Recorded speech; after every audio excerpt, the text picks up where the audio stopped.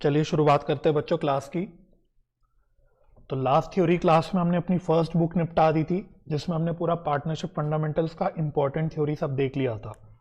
ठीक है, आज का हमारा टारगेट रहेगा कि हमें बुक 2 एंड 3 जो हमारी बची हुई 2 बुक्स है उसका थ्योरी डिस्कस करके खत्म करना है। चलिए तो एक बार मैं वापस से रिपीट कर लेता हूं बच्चों, जो थ्योरी की पीडीएफ है, जो नोट्स हैं, वो ऑलरेडी कंटेंट सेक्शन में अपलोडेड है। तो अगर किसी स्टूडेंट को अभी तक नहीं मिला है तो आप अपने कंटेंट सेक्शन में बाद में देख लेना, वहां से आप डाउनलोड कर सकते हो, प्रिंट निकाल सकते हो, जैसा आपको ठीक लगे।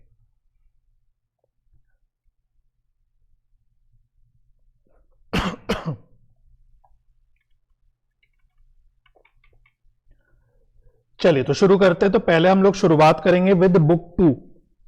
तो बुक 2 की थ्योरी से हम लोग शुरुआत करेंगे।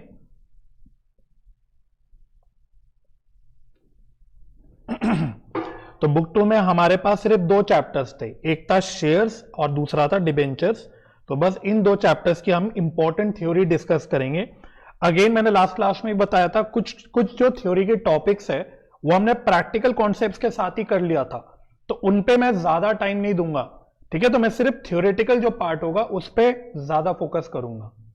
आइए, तो सबसे पहले अकाउंटिंग फॉर शेयर कैपिटल में सबसे पहली बात जो डिस्कस करनी है वो है मीनिंग ऑफ कंपनी। कंपनी का क्या मतलब होता है, तो इसका जो डेफिनेशन है, इसकी जो फीचर्स हैं, या आपने अपने क्लास 11th के बिजनेस स्टडीज में पक्का पढ़ रखे होंगे, तो वही सेम आपको घिसी पिटी लैंग्वेज यहां पे मिल जाएगी। Company is an artificial person created by law having separate legal identity with a perpetual succession and a common seal. तो ये जो एक अजीब सी डेफिनेशन है, इसी डेफिनेशन से हमारे कुछ कंपनीज के इंपॉर्टेंट फीचर्स निकल के आ जाते हैं। जैसे कि पहला, इनकॉर्पोरेटेड अंडर लॉ। तो कंपनीज लॉ के अंदर इनकॉर्पोरेट होता है। आज के टाइम पे कंपनीज के केस में कौन सा एक्ट चलता है, कंपनीज एक्ट 2013। लेकिन इससे पहले पुराने जमाने में जो एक्ट चलता था वो होता था कंपनीज एक्ट 1956।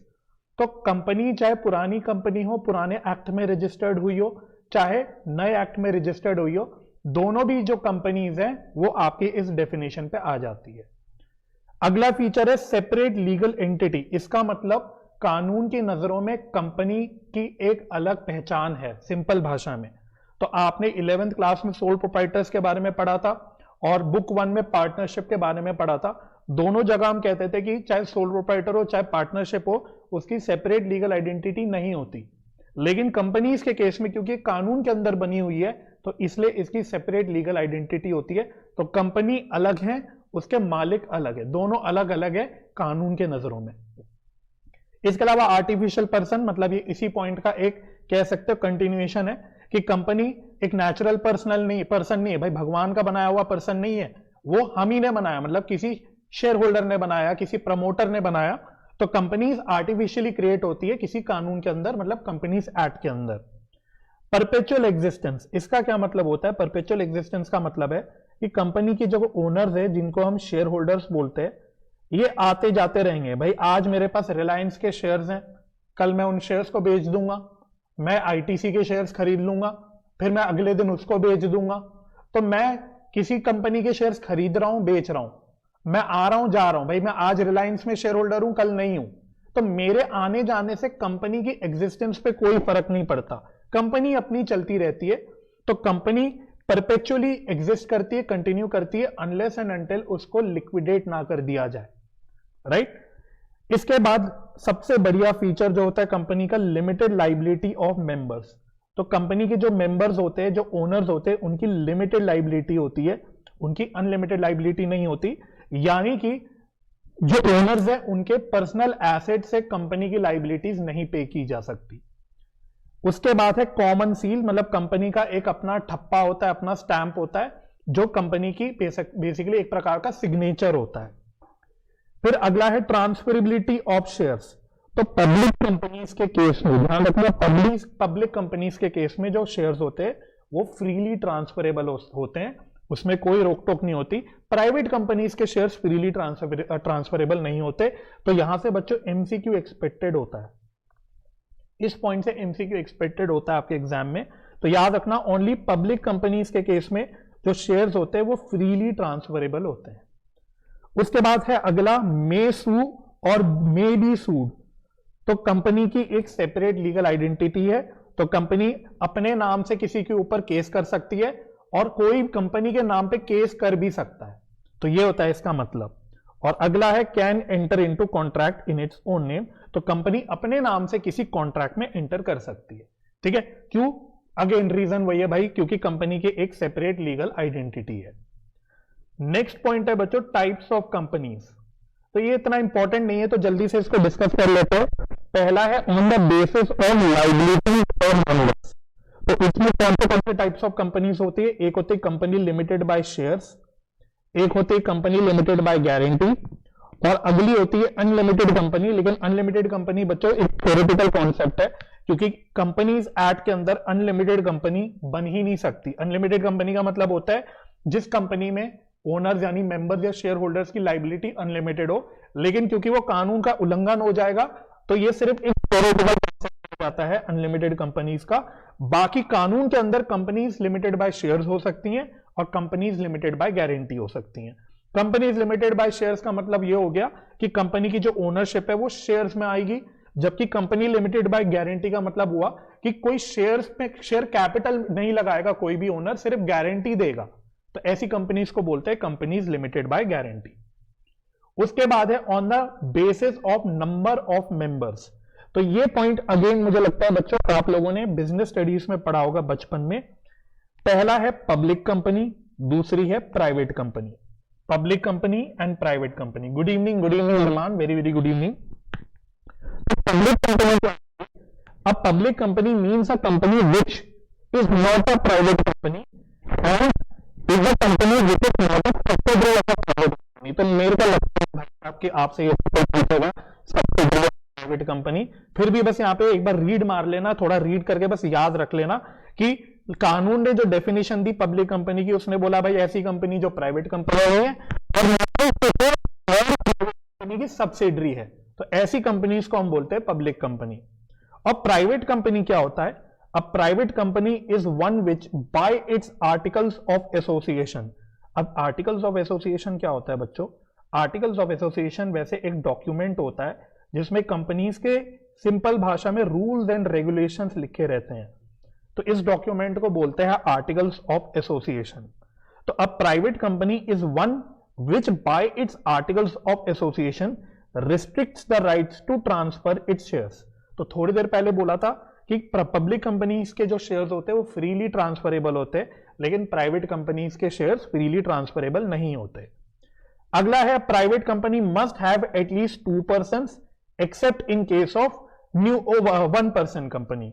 तो मिनिमम नंबर ऑफ जो शेयर होल्डर्स या मेंबर्स होते हैं प्राइवेट कंपनी में वो होते हैं 2। इसके अलावा limits the number of its members to 200। तो इसका मतलब रेंज बन गई, नंबर ऑफ शेयर होल्डर्स की रेंज बन गई प्राइवेट कंपनी के केस में, मिनिमम 2 हो गए, मैक्सिमम 200 हो गए। तो अगर 200 से ज्यादा शेयर होल्डर्स होते हैं तो आप फिर प्राइवेट कंपनी नहीं बना सकते, उस केस में आपको पब्लिक कंपनी इनकॉर्पोरेट करनी पड़ेगी। इसके अलावा prohibits any invitation to public to subscribe for any securities of the company. मतलब मार्केट से पब्लिक से प्राइवेट कंपनी पैसा नहीं उठा सकती, इसका मतलब यह है, ठीक है जी। इसके अलावा अब ये कंपनीज एक्ट 2013 के अंदर एक नई जिसका नाम है 1 पर्सन कंपनी। अगर वैसे इस टॉपिक से सवाल बनने की जो संभावना है वो कम है, बट अगर सवाल बनेगा तो मेरे को ऐसा लगता है यहां से बनने की थोड़ी सी संभावना है, बिकॉज ये रिलेटिवली एक न्यू कॉन्सेप्ट है 1 पर्सन कंपनी। तो देखो इसमें नाम ही आ रहा है 1 पर्सन, 1 पर्सन का मतलब 1 पर्सन। तो ऐसी कंपनी जिसका सिर्फ एक अकेला मालिक है। हमने बोला प्राइवेट कंपनी के केस में मिनिमम 2 पर्सन चाहिए एज शेयर होल्डर्स या as members, same public company में भी होता है। लेकिन 1 पर्सन कंपनी एक ऐसी कंपनी होती है जिसमें सिर्फ एक ही पर्सन जो होता है वो मालिक होता है, ओनर होता है। ऐसी कंपनीज को बोलते हैं 1 पर्सन कंपनी, ओपीसी इसको शॉर्ट में बोला जाता है। तो section 2 subsection 62 of companies act 2013 section मत याद रखना, defines OPC as a company which has only 1 person as a member. अब कंपनीज के रूल्स में कुछ कंडीशंस डाल दी गई है 1% कंपनी के लिए। ये बस एक बार रीड जरूर कर लेना कि क्या कंडीशंस हैं 1% कंपनी के लिए। पहली, only a natural person being an Indian citizen and resident in India can form 1% company. यानी कंपनी कौन बना सकता है? 1% कंपनी सिर्फ नेचुरल पर्सन बना सकता है, मतलब हम और आप हो गए, ह्यूमन बीइंग्स हो गए, और वो पर्सन भी इंडिया का रेजिडेंट भी होना चाहिए और सिटीजन भी होना चाहिए। विदेशी इंसान आके नहीं बना सकता 1% कंपनी, ओनली नेचुरल पर्सन, वो भी जो इंडिया का रेजिडेंट और सिटीजन हो, सिर्फ वो ही बना सकता है 1% कंपनी। अगला, it cannot carry out non banking financial investment activities. ठीक है, तो मतलब एक टाइप ऑफ बिजनेस हो गया जो रिस्ट्रिक्ट हो गया, जो प्रोहिबिट हो गया 1% कंपनी के लिए, वो क्या है? Non banking financial investment activities. अगला है, it's paid up share capital is not more than 50 lakh rupees. तो जो शेयर कैपिटल है 1% कंपनी का, वो 50 लाख रुपए से ज्यादा नहीं होना चाहिए, मैक्सिमम 50 लाख ही हो सकता है। और लास्ट कंडीशन है, it's average annual turnover of 3 years does not exceed 2 crore. तो on an average per annum का जो टर्नओवर है, टर्नओवर का क्या मतलब होता है? सेल्स। टर्नओवर का मतलब होता है सेल्स। तो 1% कंपनी की जो सेल है ऑन एन एवरेज पिछले 3 साल की 2 करोड़ रुपए से ज्यादा नहीं होनी चाहिए। तो ये कंडीशंस मीट करना जरूरी होता है अगर आप 1% कंपनी बनाना चाहते हो तो। ठीक है, तो ये कंडीशन जरूर एक बार थोड़ा थॉरली रीड करके चले जाना। यहां से अगेन ज्यादा तो नहीं, एमसीक्यूज ही मैं एक्सपेक्ट करता हूं कि एक एमसीक्यू, एमसीक्यूज भी नहीं बोलना चाहिए, ज्यादा से ज्यादा एक एमसीक्यू आएगा, उससे ज्यादा नहीं आएगा। और ये यहां पे अगर आपके बोर्ड एग्जाम्स में एमसीक्यू नहीं आया तो सीयूईटी में तो पक्का आ सकता है।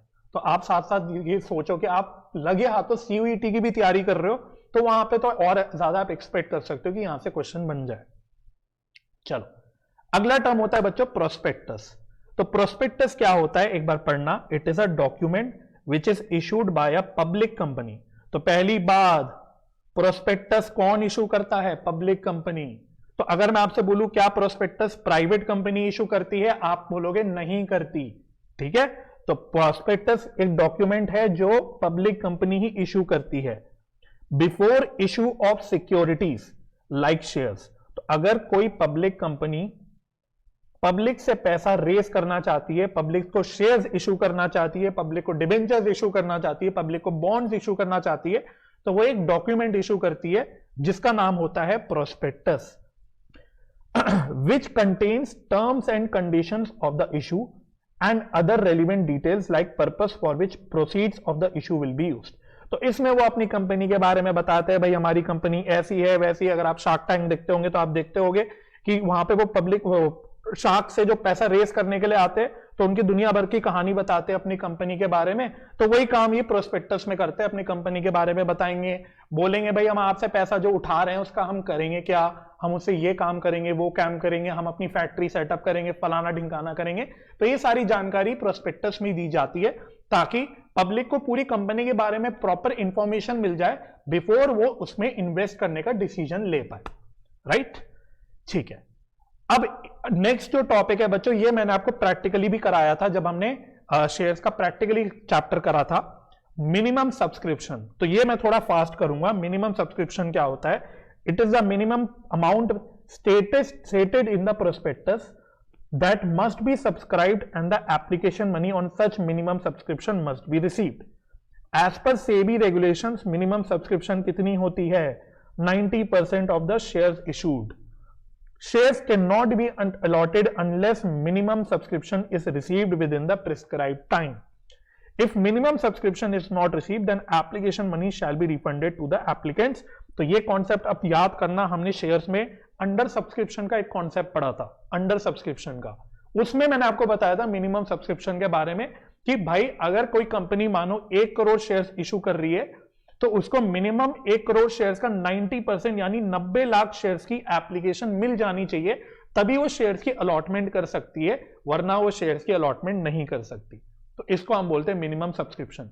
तो सेबी के रेगुलेशंस के हिसाब से मिनिमम सब्सक्रिप्शन 90% है, लेकिन कंपनी अपने प्रोस्पेक्टस में 90% से ज्यादा भी रख सकती है। 90% तो रखनी ही पड़ेगी, लेकिन वो चाहे तो 90% से ज्यादा भी रख सकती है अपने प्रोस्पेक्टस में। तो मिनिमम सब्सक्रिप्शन सेबी के हिसाब से है 90%। ठीक है, तो अगेन एमसीक्यू के लिए थोड़ा सा इंपॉर्टेंट है, बल्कि आपकी टीएस गरेवाल किताब में हमने क्वेश्चन करा था जिससे उन्होंने इसी कॉन्सेप्ट से एक प्रैक्टिकल क्वेश्चन भी बना रखा था। अब मुझे वो क्वेश्चन नंबर याद नहीं है, बट हमने वो लेक्चर में करा था, तो आप उसको एक बार रिवाइज कर लेना। ठीक है, नेक्स्ट है प्रिलिमिनरी एक्सपेंसेस। प्रिलिमिनरी एक्सपेंसेस क्या होता है? एक्सपेंसेस इनकर्ड फॉर इनकॉर्पोरेशन या रजिस्ट्रेशन ऑफ कंपनी, मतलब कंपनी बनाने के लिए जो खर्चे किए जाते हैं उसको बोलते हैं प्रिलिमिनरी एक्सपेंसेस। इसके कुछ एग्जांपल्स याद रखना, जैसे लीगल फीस हो गई, रजिस्ट्रेशन फीस हो गई, स्टैम्प ड्यूटी हो गया, प्रिंटिंग की कॉस्ट हो गई कि भाई हम लोग कुछ डॉक्यूमेंट्स प्रिंट कर रहे हैं, शेयर इशू एक्सपेंसेस हो गए कि भाई शेयर इशू किए जाने तो उसको इशू करने के खर्चे हो गए। तो कंपनी को बनाने के, रजिस्टर करने के जो भी खर्चे होते हैं, जेब से खर्चे होते हैं, उनको हम बोलते हैं प्रीलिमिनरी एक्सपेंसेस। ठीक है, चलो अगला है शेयर कैपिटल। तो शेयर कैपिटल का मीनिंग तो भाई आपको पता ही है, ये तो हमने प्रैक्टिकली करा है, कितने सारी जर्नल एंट्रीज में हमने शेयर कैपिटल अकाउंट यूज किया। इनफैक्ट हमने शेयर कैपिटल की डिस्क्लोजर भी सीखी हुई है कि बैलेंस शीट में कैसे डिस्क्लोज किया जाता है। तो ये तो कुछ नहीं है भाई, शेयर कैपिटल का मतलब क्या है? It is the amount receive towards share capital of the company. In simple words, capital of share holder या members that is owners of company is collectively known as share capital. Partnership में capital को partners capital कहते हैं, उसी प्रकार से companies में capital को शेयर कैपिटल कहते हैं सिंपल भाषा में। और शेयर्स का मतलब क्या होता है? It is the unit in which share capital of a company is divided. तो छोटे छोटे जो यूनिट्स में पूरा कैपिटल डिवाइडेड होता है, टूटा हुआ होता है, उस छोटे छोटे यूनिट्स को हम लोग बोलते हैं shares, right. It is a fractional part of the share capital and forms the basis of ownership interest in the company. Each share has its nominal या फेस वैल्यू। ये याद रखना, नॉमिनल या फेस वैल्यू, हर share का एक face value होता है या नॉमिनल वैल्यू होता है। लॉ में नॉमिनल वैल्यू वर्ड यूज किया जाता है, अकाउंटिंग में फेस वैल्यू वर्ड यूज किया जाता है, मतलब सेम होता है। ठीक है जी, तो बेसिकली अगर मैं बोलता हूं कि मेरे पास रिलायंस के शेयर्स हैं, तो इसका मतलब क्या हुआ? मैं रिलायंस का मालिक हूं। अगर मैं बोलता हूं मेरे पास हिंदुस्तान यूनिलीवर लिमिटेड के शेयर्स हैं, तो इसका मतलब क्या हुआ? मैं हिंदुस्तान यूनिलीवर लिमिटेड का मालिक हूं, एंड सो ऑन। बस यही बात यहां पे लिखी हुई है। ठीक है जी। अच्छा, नेक्स्ट है टाइप्स ऑफ शेयर्स। ये थोड़ा सा इंपॉर्टेंट है, याद रखना। दो तरह के शेयर्स होते हैं, एक हम बोलते हैं प्रेफरेंस शेयर्स, एक होते हैं इक्विटी शेयर्स। प्रेफरेंस शेयर्स क्या होते हैं? Shares which carries preferential rights over equity shares. तो ऐसे शेयर्स जिनके कुछ प्रेफरेंशियल राइट्स होते हैं ओवर इक्विटी शेयर्स। और वो दो राइट्स क्या होते हैं बच्चों? राइट्स याद रखना, एक होता है राइट टू रिसीव डिविडेंड और दूसरा होता है right to receive repayment of capital at the time of winding up of company. यानी आपको याद होगा कैश फ्लो स्टेटमेंट में मैंने आपको बताया था कि अगर किसी कंपनी को अपने इक्विटी शेयर्स पर डिविडेंड देना है तो उससे पहले उन्हें प्रेफरेंस शेयर्स पर डिविडेंड देना पड़ेगा। तो प्रेफरेंस शेयर्स का जो डिविडेंड होता है उसका प्रेफरेंशियल राइट होता है ओवर इक्विटी शेयर्स का डिविडेंड। इसी प्रकार से जब कंपनी बंद हो जाएगी तो पहला हाथ किसका खड़ा होगा पैसा लेने को? पहला नंबर किसका लगेगा पैसा वापस करने के टाइम? प्रेफरेंस शेयर होल्डर्स वालों का। इक्विटी शेयर होल्डर्स वालों का सबसे लास्ट में नंबर आता है। तो अब जब कंपनी बंद होगी, जब पैसा लौटा रहे हो गया, तो पहले नंबर पे आपको प्रेफरेंस शेयर होल्डर्स का पैसा लौटाना पड़ेगा, उसके बाद आप इक्विटी शेयर होल्डर्स का पैसा लौटा सकते हो। तो इस प्रकार से दो प्रेफरेंशियल राइट्स हो जाती है प्रेफरेंस शेयर्स पे, राइट। अब इक्विटी शेयर्स क्या होते हैं? Shares other than preference shares. मतलब लॉ भी ना कभी कभी बहुत ही मजेदार बातें करता है। पब्लिक कंपनी के केस में उसने बोल दिया company which is not a private company. Equity shares में उसने बोल दिया shares which are not preference shares. भाई जो राइट हैंड नहीं है वो लेफ्ट हैंड हो गया, जो दिन नहीं है वो रात हो गई, वो ऐसी बात हो गई भाई। ठीक है, तो these carries maximum risk, and reward and voting rights. तो ये बच्चों दो तीन पॉइंट याद रखना। इक्विटी शेयर्स पे मैक्सिमम रिस्क होता है, लेकिन higher the risk higher the profits higher the reward, तो उनको मैक्सिमम रिवॉर्ड भी मिलता है। और वोटिंग राइट्स भी किस पे होती है? इक्विटी शेयर्स पे। ये याद रखना, वोटिंग राइट्स किसको मिलती हैं? इक्विटी शेयर होल्डर्स को, प्रेफरेंस शेयर होल्डर्स को नहीं मिलते। ठीक है जी। नेक्स्ट है डिविडेंड। डिविडेंड क्या होता है? It is the part of profit that are distributed among the share holders. मैं डिविडेंड को पता क्या बोलता हूं? लॉलीपॉप। डिविडेंड और कुछ नहीं होती, लॉलीपॉप होती है जो शेयर होल्डर्स को दिया जाता है उनको खुश करने के लिए। भाई छोटे बच्चों को लॉलीपॉप दे दो तो उनके चेहरे पे स्माइल आ जाती है, उसी प्रकार से कंपनी शेयर होल्डर्स को डिविडेंड दे देती है ताकि उनके चेहरे पे स्माइल आ जाए। तो प्रॉफिट्स का जो पार्ट डिस्ट्रीब्यूट कर दिया जाता है शेयर होल्डर्स में उसको बोलते हैं डिविडेंड, सिंपल। ठीक है। अच्छा, नेक्स्ट है भाई types of share capital. Again ये तो हमने बहुत अच्छे से कॉन्सेप्ट में डिस्कस किया हुआ है इन डिटेल्ड प्रैक्टिकल लेक्चर, राइट। तो फर्स्ट लेक्चर मुझे याद है जो कंपनी अकाउंट्स का शेयर्स का किया था, उसमें मैंने आपको बकायदा ये लिखवाया था, ठीक है। तो टाइप्स ऑफ शेयर कैपिटल क्या क्या होते हैं, और पहला होता है ऑथराइज्ड या नॉमिनल या रजिस्टर्ड कैपिटल। बहुत जल्दी जल्दी करेंगे बच्चों। ये मैक्सिमम कैपिटल होता है जो कंपनी अपने मेमोरेंडम ऑफ एसोसिएशन में लिखती है कि मैक्सिमम हम कितना शेयर कैपिटल रख सकते हैं, सिंपल भाषा में, ठीक है। तो company can not raise more than the amount of capital specified in memorandum of association. तो this is basically a maximum capital, किसी भी कंपनी में कितना मैक्सिमम कैपिटल हो सकता है। और कंपनी में अगर इक्विटी शेयर्स और प्रेफरेंस शेयर्स अलग अलग हैं, तो कंपनी को यहां पे ये भी बताना पड़ता है कि मैक्सिमम इक्विटी शेयर्स में कितना कैपिटल हो सकता है और प्रेफरेंस शेयर्स में कितना हो सकता है, ठीक है। फिर होता है इशूड कैपिटल। ये क्या होता है? It is that part of authorised capital which is actually issued to the public for subscription, including the shares allotted to vendors and signatories to the company's memorandum. It cannot be more than authorized capital. भाई कोई भी और प्रकार का capital जो भी बनता है वो ऑथराइज्ड कैपिटल से ज्यादा नहीं हो सकता, क्योंकि ऑथराइज्ड कैपिटल बिल्कुल एक मैक्सिमम लिमिट है। इसके अलावा जितनी भी सारी कैपिटल्स हम बोलेंगे वो ऑथराइज्ड कैपिटल से कम ही रहेगी या उसके बराबर रहेगी, उससे ज्यादा नहीं हो सकती, राइट। इशूड कैपिटल मतलब वो कैपिटल जो एक्चुअली में इशूड है। सब्सक्राइब कैपिटल क्या होता है? It is that part of issued capital which has been actually subscribed by the public. Subscribe capital और दो प्रकार के होते हैं, एक होता है subscribed and fully paid up, दूसरा होता है subscribed but not fully paid up. और ये हम लोग बैलेंस शीट में जो डिस्क्लोजर करते हैं, नोट्स टू अकाउंट बनाते हैं शेयर कैपिटल का, वहां इसी के अकॉर्डिंग हम लोग बांट के चलते हैं, नोट्स टू अकाउंट में डिस्क्लोजर करके चलते हैं। तो subscribed and fully paid up क्या होता है? वो शेयर जिसमें पूरा फेस वैल्यू कॉल्ड भी है और पेड भी है, तो उसको हम बोलते हैं subscribed and fully paid up. इसके अलावा जितने भी सारे शेयर कैपिटल हो जाते हैं वो subscribe but not fully paid up होते हैं। That is where total face value has been called but not receive, या फिर total face value has not yet been called, या फिर कॉम्बिनेशन ऑफ बोथ, ठीक है। तो 10 रुपए की फेस वैल्यू का शेयर है, तो जब कंपनी ने पूरा 10 रुपए मंगवा भी दिया और पूरा 10 रुपए उसको मिल भी गया किसी शेयर पे, तब वो शेयर हो जाता है subscribed and fully paid up. इसके अलावा बाकी सारे केसेस में होता है subscribe but not fully paid up. इसके अलावा अगला होता है बच्चों called up capital. It is that part of subscribe capital which has been called up on the shares, that is what the company has asked the share holders to pay. तो total subscribe capital का वो पैसा जो company ने call कर रखा है, मंगवा रखा है, उसको बोलते हैं कॉल्ड अप कैपिटल। और लास्ट होता है पेड अप कैपिटल।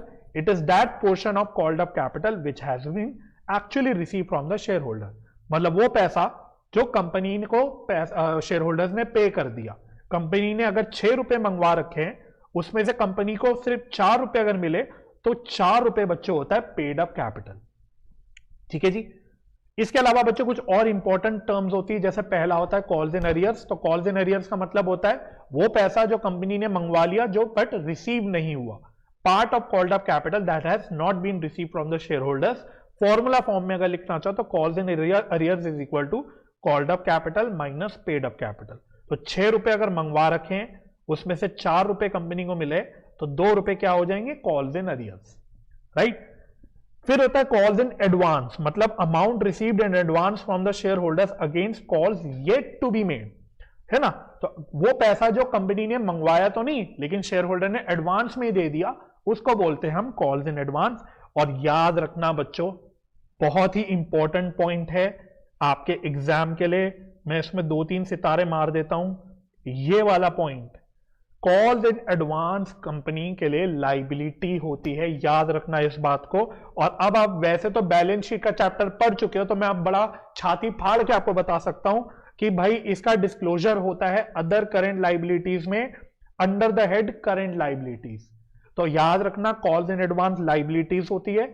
और यह भी पूछा जा सकता है आपसे कि बैलेंस शीट में उसका डिस्क्लोजर कहां होगा, वो करेंट लाइबिलिटीज हेड के अंदर, other current liabilities sub head के अंदर आएगा, ठीक है जी। Next reserve capital. तो रिजर्व कैपिटल क्या होता है? It is the part of uncalled capital that the company decides not to call except at the time of winding up of the company. तो रिजर्व कैपिटल वो capital होता है जो company कहती है भाई देखो हम मंगवाएंगे नहीं जब तक कंपनी बंद ना हो, तो जिस दिन कंपनी बंद होगी उसी दिन हम लोग मंगवाएंगे। तो ऐसे कैपिटल को बोलते हैं रिजर्व कैपिटल। इसलिए रिजर्व कैपिटल का डिस्क्लोजर हमेशा होता है subscribed but not fully paid up में। अगेन एमसीक्यू के लिए, अगेन वेरी इंपॉर्टेंट एमसीक्यू जो यहां से बन सकता है कि रिजर्व कैपिटल किसके अंदर डिस्क्लोज किया जाएगा, तो आपको क्या बताना है, subscribe but not fully paid up capital के अंदर इसका डिस्क्लोजर होगा। ठीक है। और लास्ट होता है कैपिटल रिजर्व। तो कैपिटल रिजर्व क्या होता है, it is a reserve created out of capital profits that is not available for distribution as dividend. मतलब कैपिटल नेचर के जो प्रॉफिट्स होते हैं उससे कैपिटल रिजर्व बनाया जाता है, और इन प्रॉफिट्स में से, इस रिजर्व में से बेसिकली शेयर होल्डर्स को डिविडेंड नहीं बांटा जा सकता। ऐसे रिजर्व को बोलते हैं कैपिटल रिजर्व। और कैपिटल रिजर्व आपने अगेन बच्चों प्रैक्टिकली करा है, जब हम लोग फॉरफीचर एंड रीइश्यू करने के बाद जो प्रॉफिट ऑन या गेन ऑन रीइश्यू होता है वो कहां डालते हैं, कैपिटल रिजर्व में डालते हैं। या फिर अगर मैं बिजनेस परचेज करता हूं किसी का और सस्ते दाम में परचेज करता हूं, तो वो सस्ते दाम में परचेज करने की वजह से जो मुझे फायदा होता है उसको भी कहां डालते हैं, कैपिटल रिजर्व में। ये दोनों कैपिटल रिजर्व आप प्रैक्टिकली जर्नल एंट्रीज में सीख चुके हो, इसलिए मैंने आपको बता दिया। और इसका डिस्क्लोजर कहां होता है, ये बैलेंस शीट में शेयर होल्डर्स फंड्स के अंदर रिजर्व्स एंड सरप्लस के अंदर आता है। अगेन एमसीक्यू के लिए ये बात मैंने यहां पे लिख रखी है। ठीक है। अच्छा, अगला है initial public offer, IPO. Again I think ये आपने बिजनेस स्टडीज में पढ़ रखा होगा। आईपीओ का मतलब क्या होता है, when shares are issued for cash to the public for the first time. तो कोई कंपनी कोई शेयर जब पहली बार इशू करती है तो उसको बोलते हैं इनिशियल पब्लिक ऑफर यानी आईपीओ। आजकल तो आईपीओ बड़ा पॉपुलर हो गया मार्केट में। मुझे नहीं पता आप लोग कितना न्यूज फॉलो करते हो, लेकिन कुछ कुछ आईपीओ तो बहुत ज्यादा न्यूज में रहे। जैसे जोमैटो का आईपीओ आया था, बहुत ज्यादा न्यूज में रहा था। उससे पहले बर्गर किंग का आईपीओ आया था, बहुत न्यूज में रहा था। उसके बाद पेटीएम का आईपीओ आया, बहुत न्यूज में रहा था। और लेटेस्ट अगर मुझे याद आ रहा है तो एलआईसी का आईपीओ आया था, जो अगेन बहुत न्यूज में आया था। और बहुत ही रिसेंटली अगर मैं बोलूं तो एक टाटा टेक्नोलॉजीज का आईपीओ आया था, अगेन जो बहुत न्यूज में रहा था। तो आईपीओ तो आजकल बहुत पॉपुलर हो गए, तो इसलिए इसका मीनिंग तो आपको बिल्कुल क्लियर होना चाहिए कि जब भी कंपनी पहली बार मार्केट में उतरती है, शेयर्स पब्लिक को ऑफर करती है, तो उसको बोलते हैं इनिशियल पब्लिक ऑफरिंग यानी आईपीओ। ठीक है। अच्छा, प्रैक्टिकली इंडिया में आईपीओ की जो सब्सक्रिप्शन होती है वो एक सिस्टम के थ्रू होती है जिसको हम बोलते हैं application supported by block amount, जिसको शॉर्ट में बोला जाता है ASBA यानी ASBA, application supported by block amount. ये होता है बेसिकली आपका एक बहुत प्रैक्टिकल बात है कि आईपीओ में कैसे सब्सक्रिप्शन की जाती है। ठीक है। मीनिंग कोई नहीं पूछेगा आपसे, ओनली फॉर एमसीक्यू, बस ये आप याद रखना कि ASBA ASBA application supported by block amount, इसके थ्रू आईपीओ में सब्सक्रिप्शन होती है। ये एक सिस्टम है जो फॉलो किया जाता है इंडिया में। ठीक है। अच्छा, अब कंपनी जब शेयर्स इशू करती है तो उसके क्या बेसिक स्टेप्स फॉलो करने पड़ते हैं कंपनी को। सबसे पहले कंपनी को प्रोस्पेक्टस इशू करना पड़ता है, उसके बाद उन्हें एप्लीकेशंस मिलती है और फिर अलॉटमेंट करती है कंपनी शेयर्स की, प्रोवाइडेड उनको मिनिमम सब्सक्रिप्शन रिसीव हो जाए। तो 3 बेसिक स्टेप्स हो गए। पहला प्रोस्पेक्टस इशू करना, दूसरा उस प्रोस्पेक्टस के अगेंस्ट एप्लीकेशन आती है कंपनी के पास, और तीसरा फिर एप्लीकेशंस के ऊपर वो अलॉटमेंट करती है शेयर्स की। तो ये 3 स्टेप्स आपके होते हैं फॉर इशू ऑफ शेयर्स। अगला टॉपिक है बच्चों minimum application money, again for MCQ. Majority topics जो भी हम करेंगे बच्चों ये एमसीक्यू के लिए है, तो बिल्कुल हल्के में मत लेना। ये सारी जो नोट्स हैं ये हल्के में मत लेना, यहां जो बैठ के मैं आपको पढ़ा रहा हूं इसको हल्के में मत लेना, बहुत जरूरी है। अगर आप ये अच्छे से कर लो तो आप समझ लो कि आप एमसीक्यू में बहुत सारे क्वेश्चंस कर पाओगे, ये मेरा आपसे वादा है। चलो, मिनिमम एप्लीकेशन मनी का मतलब क्या होता है, मतलब कितनी होती है, मुझे बेसिकली बोलना चाहिए मिनिमम एप्लीकेशन मनी। तो देखो बड़ी मजेदार बात है, कंपनीज एक्ट ने बोल रखा है 5% ऑफ फेस वैल्यू। याद रखना, कंपनीज एक्ट ने बोल रखा है 5% ऑफ फेस वैल्यू या फिर as may be prescribed by SEBI. तो बेसिकली कंपनीज एक्ट ने पल्ला झाड़ दिया, बोला हमारे हिसाब से तो minimum application money 5% of face value होनी चाहिए, या फिर भाई सेबी जो बोल दे वो आप फॉलो कर लेना। और सेबी ने क्या बोल दिया, सेबी ने बोल दिया 25% of issue price, face value नहीं इशू प्राइस। तो दोनों भी याद रखना, कंपनीज एक्ट के हिसाब से मिनिमम एप्लीकेशन मनी होती है 5% ऑफ फेस वैल्यू। तो अगर कोई कंपनी 10 रुपए की फेस वैल्यू का शेयर 5 रुपए के प्रीमियम पे इशू कर रही है, ₹5 छोड़ो, ₹6 के प्रीमियम पे इशू कर रही है, तो कंपनीज एक्ट के हिसाब से मिनिमम एप्लीकेशन मनी होगी 5% ऑफ ₹10 और सेबी के हिसाब से कितनी होगी 25% ऑफ ₹16। बात समझ में आ रही है? डिफरेंस है इसलिए दोनों शब्दों में। और फॉलो किसको किया जाता है बच्चों प्रैक्टिकली? सेबी को फॉलो किया जाता है, इसलिए मैंने यहां बोल्ड में लिख रखा है कि भाई सेबी को फॉलो किया जाता है, तो सेबी के हिसाब से 25% ऑफ इशू प्राइस आपका मिनिमम एप्लीकेशन मनी रहता है। ये बात आप याद रखना, ठीक है? अच्छा, राइट्स इशू ऑफ शेयर्स। तो राइट्स इशू का मतलब क्या होता है, इसका मीनिंग याद रखना। राइट्स इशू का मतलब होता है it is an issue of shares in which the existing shareholders have a right to subscribe for the new shares। तो ऑलरेडी एग्जिस्टिंग कंपनी जिन्होंने ऑलरेडी शेयर्स वगैरह इशू कर रखे हैं, वो जब और शेयर्स इशू करती है तो वो पहले एग्जिस्टिंग शेयर होल्डर्स को कुछ राइट्स दे देती है कि आप चाहो तो सस्ते दामों में हमारे शेयर्स पहले खरीद सकते हो। तो बेसिकली शेयर होल्डर्स को एक और प्रकार का लॉलीपॉप दिया जाता है कि आप हमारे प्रथम इंसान हो, आप शेयर होल्डर्स हो हमारे, हम आपको पहले राइट देते हैं कि आप सस्ते दामों में हमारे शेयर्स खरीद लो। तो ऐसे इशू को बोलते हैं राइट्स इशू, राइट। उसके बाद कुछ प्रोविजन है जो विद रिस्पेक्ट टू कॉल्स है, जो आपकी किताब में दे रखी है, इसलिए डिस्कस कर रखा है। तो पहली बात, calls are made as per articles of association of company. तो मैंने आपको बोला था आर्टिकल्स ऑफ एसोसिएशन में कंपनी के नियम वगैरह लिखे होते हैं, तो उनके नियम के अनुसार ही कंपनी कॉल्स करवाती है कि भाई आप जो पढ़ते हो ना क्वेश्चन में, प्रैक्टिकल सवाल में, first call, second call, third call, तो वो कॉल कैसे कैसे मंगवानी है, किस टाइम इंटरवल पे मंगवानी है, कैसे मंगो, कितनी कितनी मंगवानी है, सारा होता है as per articles of association. लेकिन अगर आर्टिकल्स ऑफ एसोसिएशन है ही नहीं, किसी कंपनी में आर्टिकल्स ऑफ एसोसिएशन है लेकिन इस बारे में कुछ नहीं लिखा हुआ, तो उस केस में कंपनीज एक्ट का एक टेबल एफ होता है जो फॉलो किया जाता है, उसके नियम का पालन करना होता है, जो क्या क्या कहता है। पहली बात वो कहता है कि minimum time gap between two calls 1 महीने का होना चाहिए। तो ऐसा नहीं कि आज मैंने फर्स्ट कॉल मंगवाई और कल के ही कल मैं सेकंड कॉल भी मंगवा लूं, तीसरे दिन मैं थर्ड कॉल मंगवा लूं, नहीं, 2 कॉल्स के बीच में मिनिमम 1 महीने का टाइम गैप होना चाहिए। दूसरा, amount of 1 call can not be more than 25% of face value. एक कॉल का अमाउंट 25% ऑफ फेस वैल्यू से ज्यादा नहीं होना चाहिए। तीसरी बात, notice of 14 days to be given to the share holders to pay the amount. तो ये नहीं कि भाई आप शेयर होल्डर के सर पे बैठ जाओ, लाओ दो कॉल दो कॉल दो कॉल दो, नहीं, आपको उनको 14 दिन का नोटिस देना पड़ेगा।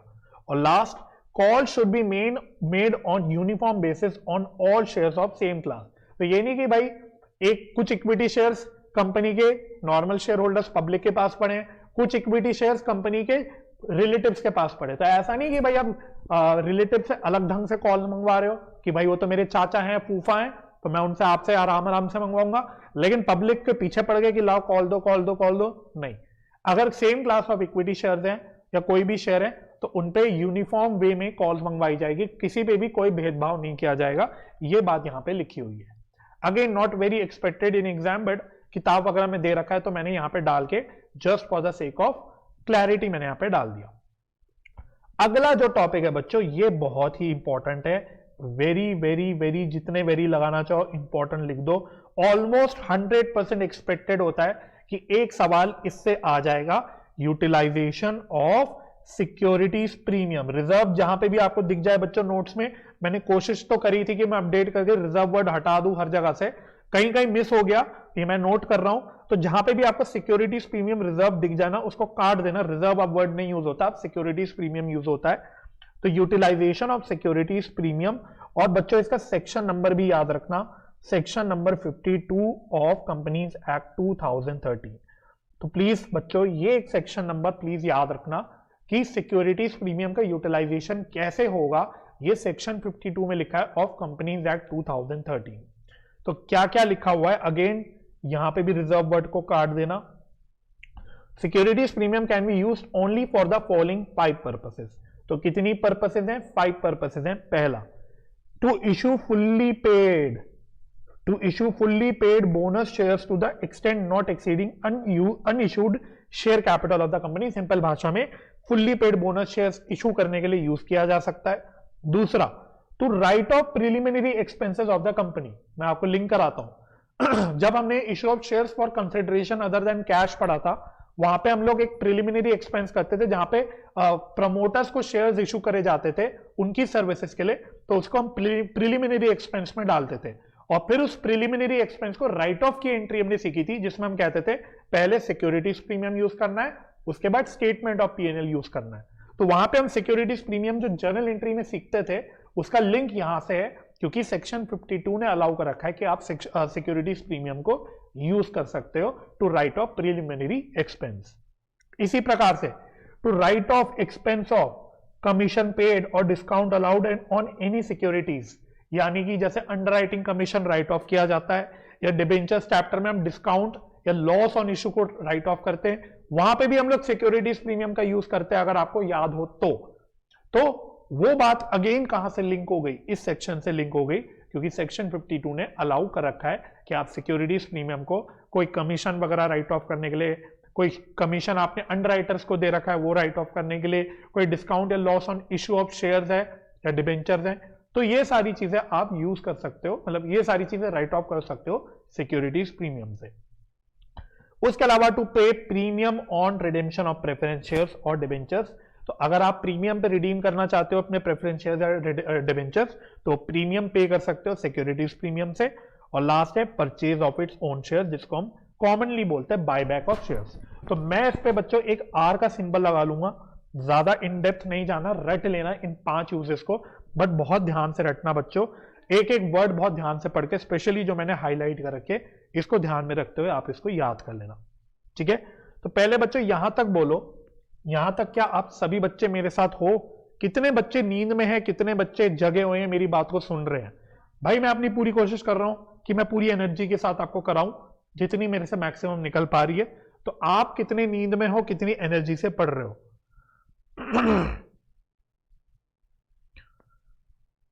जर्नल एंट्री में भी सिर्फ सिक्योरिटीज प्रीमियम लिखना है रक्षित, वही मैंने बोला कि जर्नल एंट्रीज में भी सिक्योरिटी प्रीमियम लिखना है, कहीं पे भी सिक्योरिटीज प्रीमियम रिजर्व वर्ड मत लिखना, याद रखना, ठीक है। कई बच्चों की एसपीआर की आदत लग जाती है, तो अब वो एसपीआर नहीं होता, वो एसपी होता है सिर्फ, ठीक है। चलो तो चलो आ रहा है समझ, कहा वेरी गुड, आओ आगे बढ़ो। अगला टर्म है प्रेफरेंशियल अलॉटमेंट ऑफ शेयर्स।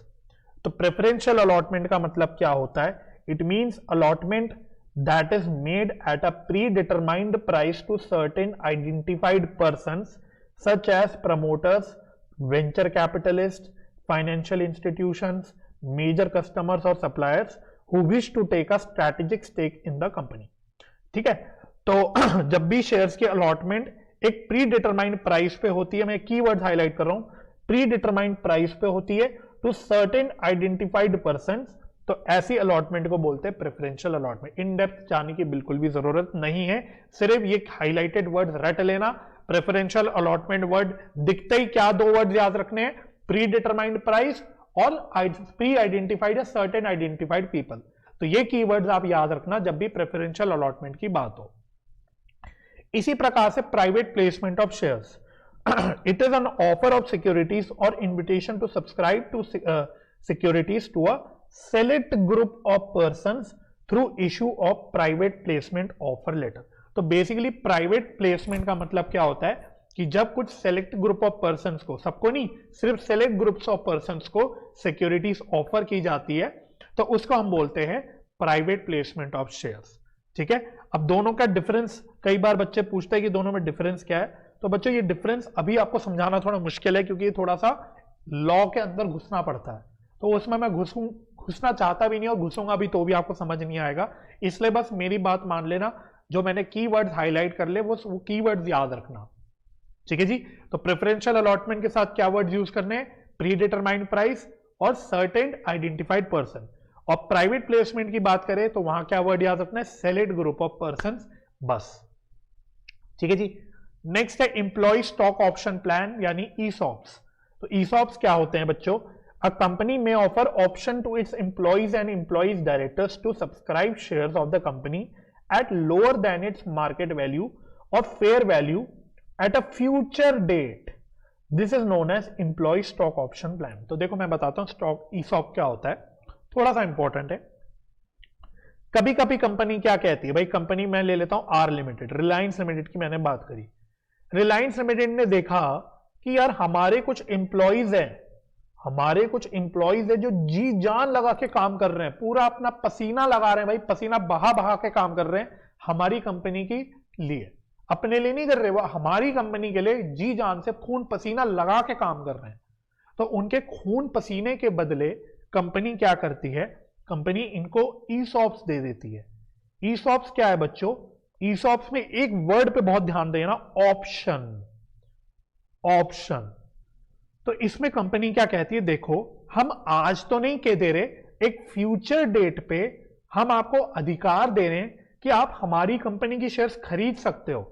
अब खाली इतना बोलेगी तो एम्प्लॉइज बोलेंगे ये क्या बदतमीजी है भाई, खरीद तो हम मार्केट से भी सकते हैं, तो आपने हमें क्या बेनिफिट दिया। तो कंपनी कहती है कि भाई देखो आप फ्यूचर डेट में हमारी शेयर्स के प्राइस हमारे शेयर्स खरीद सकते हो ऐसे प्राइस पे जो मार्केट प्राइस से कम है। मानो उस डेट पे मार्केट प्राइस चल रही है 2000 रुपए, आप हमारी कंपनी के शेयर्स 1500 रुपए पे खरीद सकते हो। तो बात समझ में आ गई। तो कंपनी क्या कहती है कि आप सस्ते दामों पे हमारे शेयर्स खरीद सकते हो, उसका हम आपको अधिकार दे रहे हैं, लेकिन आज नहीं खरीद सकते हो, किसी फ्यूचर डेट पे खरीद सकते हो। कुछ कंडीशंस आपको मीट करनी पड़ेगी, ऐसे नहीं कि कूद गए, आपको कुछ कंडीशंस मीट करनी पड़ेगी, तब आपको ये ऑप्शन मिलेगा। ऑप्शन का मतलब क्या होता है, चॉइस। तो आपको चॉइस मिलेगी, आपको अधिकार मिलेगा, आपको ऑप्शन मिलेगा कि आप हमारी कंपनी के शेयर्स सस्ते दामों में फ्यूचर डेट पे खरीद सकते हो। आई होप ये आपको समझ आ गया होगा। It is a category of sweat equity shares. तो याद है ये स्वेट इक्विटी हमने कहां वर्ड पढ़ा था, जब हमने पढ़ा था कि कंपनी शेयर्स प्रीमियम पे इशू कर सकती है, पार पे इशू कर सकती है, लेकिन डिस्काउंट पे इशू नहीं कर सकती। वहां पे कंपनीज एक्ट 2013 ने प्रोहिबिशन लगा रखा है, उसका एक्सेप्शन था, except where shares are issued as sweat equity shares. तो स्वेट इक्विटी शेयर्स के केस में कंपनी शेयर्स डिस्काउंट पे भी इशू कर सकती है। तो जो ईसॉप्स की हम बात करते हैं, it is a kind of sweat equity shares, right. An employ may और may not exercise the right to subscribe. भाई ऑप्शन दिया आपने एम्प्लॉइज को, आपने 1500 रुपए पे शेयर्स खरीदने का ऑप्शन दिया, चॉइस दी है। अब वो एम्प्लॉय के ऊपर है, वो चाहे तो खरीद सकती है, चाहे नहीं भी खरीद सकती। तो उनके ऊपर कोई बंधन नहीं है कि खरीदना ही खरीदना है, उनके पास सिर्फ ऑप्शन है, ठीक है। अच्छा, बाकी बच्चों ये पॉइंट इतना इंपॉर्टेंट नहीं है। Company issuing the option has to fulfil following prescribe conditions. तो कंपनीज एक्ट की कुछ कंडीशंस है, जल्दी से रीड कर लेते हैं, नॉट इंपॉर्टेंट। क्या है कंडीशन, फिर भी पढ़ लेते हैं। These shares are of the same class of shares already issued, मतलब वही क्लास ऑफ शेयर्स आप इशू कर सकते हो जो ऑलरेडी कंपनी ने ऑलरेडी इशू कर रखे हैं। It is authorised by special resolution passed by the company. मत पूछना कि भाई स्पेशल रेजोल्यूशन क्या होता है। तो बेसिकली सिंपल भाषा में जो शेयर होल्डर्स हैं, जो कंपनी के ओनर्स हैं, उनका अप्रूवल जरूरी है। तो ऐसा नहीं कि कंपनी अपनी मनमर्जी से ईसॉप्स इशू कर ले, उनको शेयर होल्डर्स की रजामंदी लेनी पड़ेगी, इसका मतलब यह है। दूसरा, the resolution specifies the number of shares, the current market price, consideration if any, and the class or classes of directors or employees to whom such equity shares to be issued। मतलब सारी conditions वगैरह जो भी है वो सारी resolution में mention होनी चाहिए। तो आपको शेयर होल्डर से अप्रूवल लेना है हर चीज का। Not less than 1 year has at the date of issue elapsed since the date on which the company had commenced the business। मतलब बिजनेस स्टार्ट होने के मिनिमम 1 साल के बाद ही कंपनी ईसॉप्स इशू कर सकती है। उसके बाद these shares are issued in accordance with SEBI regulations if the shares are listed। तो अगर लिस्टेड कंपनीज की बात करें, लिस्टेड कंपनीज मतलब वो पब्लिक कंपनीज जो स्टॉक एक्सचेंज में लिस्टेड होती है, जो किसी रिकॉग्नाइज्ड स्टॉक एक्सचेंज में लिस्टेड होती है, जैसे नेशनल स्टॉक एक्सचेंज हो गया, बॉम्बे स्टॉक एक्सचेंज हो गया, ऐसी कंपनीज को बोलते हैं लिस्टेड कंपनीज। और लिस्टेड कंपनीज आते ही बच्चों, लिस्टेड कंपनीज के ऊपर सेबी के बहुत सारे रेगुलेशंस लग जाते हैं। तो यही बात कंपनीज एक्ट ने क्लैरिफाई कर दी कि भाई लिस्टेड कंपनीज के केस में हमारी कंडीशंस के अलावा सेबी की कंडीशंस भी आपको मीट करनी पड़ेगी। बस ये बात यहां पे लिखी हुई है, ठीक है। अब ईसॉप से रिलेटेड कुछ इंपॉर्टेंट टर्म्स होते हैं, फटाफट से डिस्कस कर लेंगे इनको। पहला है ग्रांट। तो ग्रांट का क्या मतलब होता है, it means giving an option to the employees to subscribe to the shares of the company at the predetermined price। तो ग्रांट का मतलब क्या होता है, देना। तो जब आप कंपनी ऑप्शन दे रही है कंपनी एम्प्लॉइज को, तो उसको बोलते हैं ग्रांट, ऑप्शन ग्रांट करना, right. Grant date, it is the date of agreement between the enterprise and its employees to the terms of ESOPs. मतलब जिस डेट पे ऑप्शन दिया जाता है, तो ऑप्शन देना मतलब ऐसे नहीं कि कुछ हाथ में पकड़ा दिया, कोई एक एग्रीमेंट साइन होता है, प्रैक्टिकली एक एग्रीमेंट साइन होता है। तो जिस डेट पे एग्रीमेंट साइन हुआ, मतलब कंपनी और एम्प्लॉइज के बीच में समझौता हुआ जिस दिन पे ईसॉप्स को लेके, उस डेट को बोलते हैं ग्रांट डेट। फिर है vesting, a process to give right to employees to apply for the shares. तो जो बेसिकली प्रोसेस है उस प्रोसेस को बोला जाता है, जो ईसॉप्स का प्रोसेस है बेसिकली उसको बोला जाता है वेस्टिंग। ठीक है, तो ऑप्शन वेस्ट होना, आप ऐसा वर्ड सुनोगे, अभी तो नहीं सुनोगे, आगे जाके बोलोगे सुनोगे, ऑप्शन वेस्ट हो गया। तो बेसिकली वेस्ट का मतलब क्या है? Process, right. अच्छा, वेस्टिंग डेट का मतलब क्या है? It is the date on which the employee becomes entitled to apply for the shares once he has satisfied the vesting conditions, right. तो वेस्टिंग कंडीशंस मतलब जो मैंने आपको बोला था, कंपनी बोलती है कि भाई फ्यूचर डेट पे हम आपको ऑप्शन देंगे अगर आपने कुछ कंडीशंस को सेटिस्फाई कर लिया तो इन कंडीशंस को बोलते हैं वेस्टिंग कंडीशंस। और वंस वेस्टिंग कंडीशन सेटिस्फाई हो गई, जो डेट सेट करी थी वो डेट आ गई, तो उस डेट को बोला जाता है वेस्टिंग डेट, है ना। तो date on which employee becomes entitled to apply for the share, जिस दिन पे अब एम्प्लॉय छाती फाड़ के शेयर्स खरीद सकता है, जिस डेट से, उस डेट को बोलते हैं वेस्टिंग डेट। अगला है vesting period, the period between the grant date and the date on which the all the specified vesting conditions of employee stock option plan needs to be satisfied। तो मतलब जो बीच का grant date से लेके एक प्रकार से आप कह सकते हो वेस्टिंग डेट, उस डेट के बीच में जो पीरियड होता है उस पीरियड को बोला जाता है वेस्टिंग पीरियड। और लास्ट है एक्सरसाइज, मतलब और भी है exercise, it means applying by the employ for issue of shares against the option vested to him. मतलब ये सब फैंसी वर्ड बच्चों लॉ में लिखे हैं, मैंने नहीं लिखे, तो मेरे से मत नाराज होना। इसका सिंपल मतलब ये है एक्सरसाइज करना, मतलब जब एम्प्लॉय अपना ऑप्शन, जो अपना उसको अधिकार मिला है उसको एक्सरसाइज कर लेता है, यानी शेयर्स खरीद लेता है, सस्ते दामों में वो शेयर्स खरीद लेता है, तो उसको बोलते हैं ऑप्शन एक्सरसाइज करना। अगला है exercise period, period after wasting within which the employees must exercise the right to apply for shares against the option vested in him in pursuance of the ESOP। मतलब मानो कि आज की डेट ले लेते हैं, कोई भी डेट ले लो भाई, आज की डेट ले लो, मानो 7 फरवरी 2024, आज की डेट में ESOP वेस्ट हो गया, मतलब आज की डेट से एम्प्लॉय के पास अधिकार है, वो शेयर खरीद सकता है। अब ऐसा तो नहीं ना कि कंपनी हाथ पे हाथ रखे बैठी रहेगी, वेट करती रहेगी कि भाई एम्प्लॉय आज डिसीजन लेगा, कंपनी कल डिसीजन लेगे, एम्प्लॉय कल डिसीजन लेगा। तो एम्प्लॉय को एक डेट दी जाती है, टाइम पीरियड दिया जाता है, भाई आपको इतने महीने में डिसीजन ले लेना है कि आपको ईसॉप के अगेंस्ट शेयर्स खरीदने हैं कि नहीं खरीदने। तो उस पीरियड को, जो टाइम दिया जाता है बेसिकली एम्प्लॉय को डिसीजन लेने के लिए, उस पीरियड को बोला जाता है एक्सरसाइज पीरियड, है ना। तो कंपनी ने अगर मानो 1 महीने का टाइम दिया, तो 7 फरवरी से लेकर 7 मार्च तक एम्प्लॉय के पास टाइम होगा ऑप्शन को एक्सरसाइज करने का। 7 मार्च के बाद वो एक्सरसाइज करने का ऑप्शन जो है वो खत्म हो जाएगा एम्प्लॉय के पास, तो इस पीरियड को बोला जाता है एक्सरसाइज पीरियड।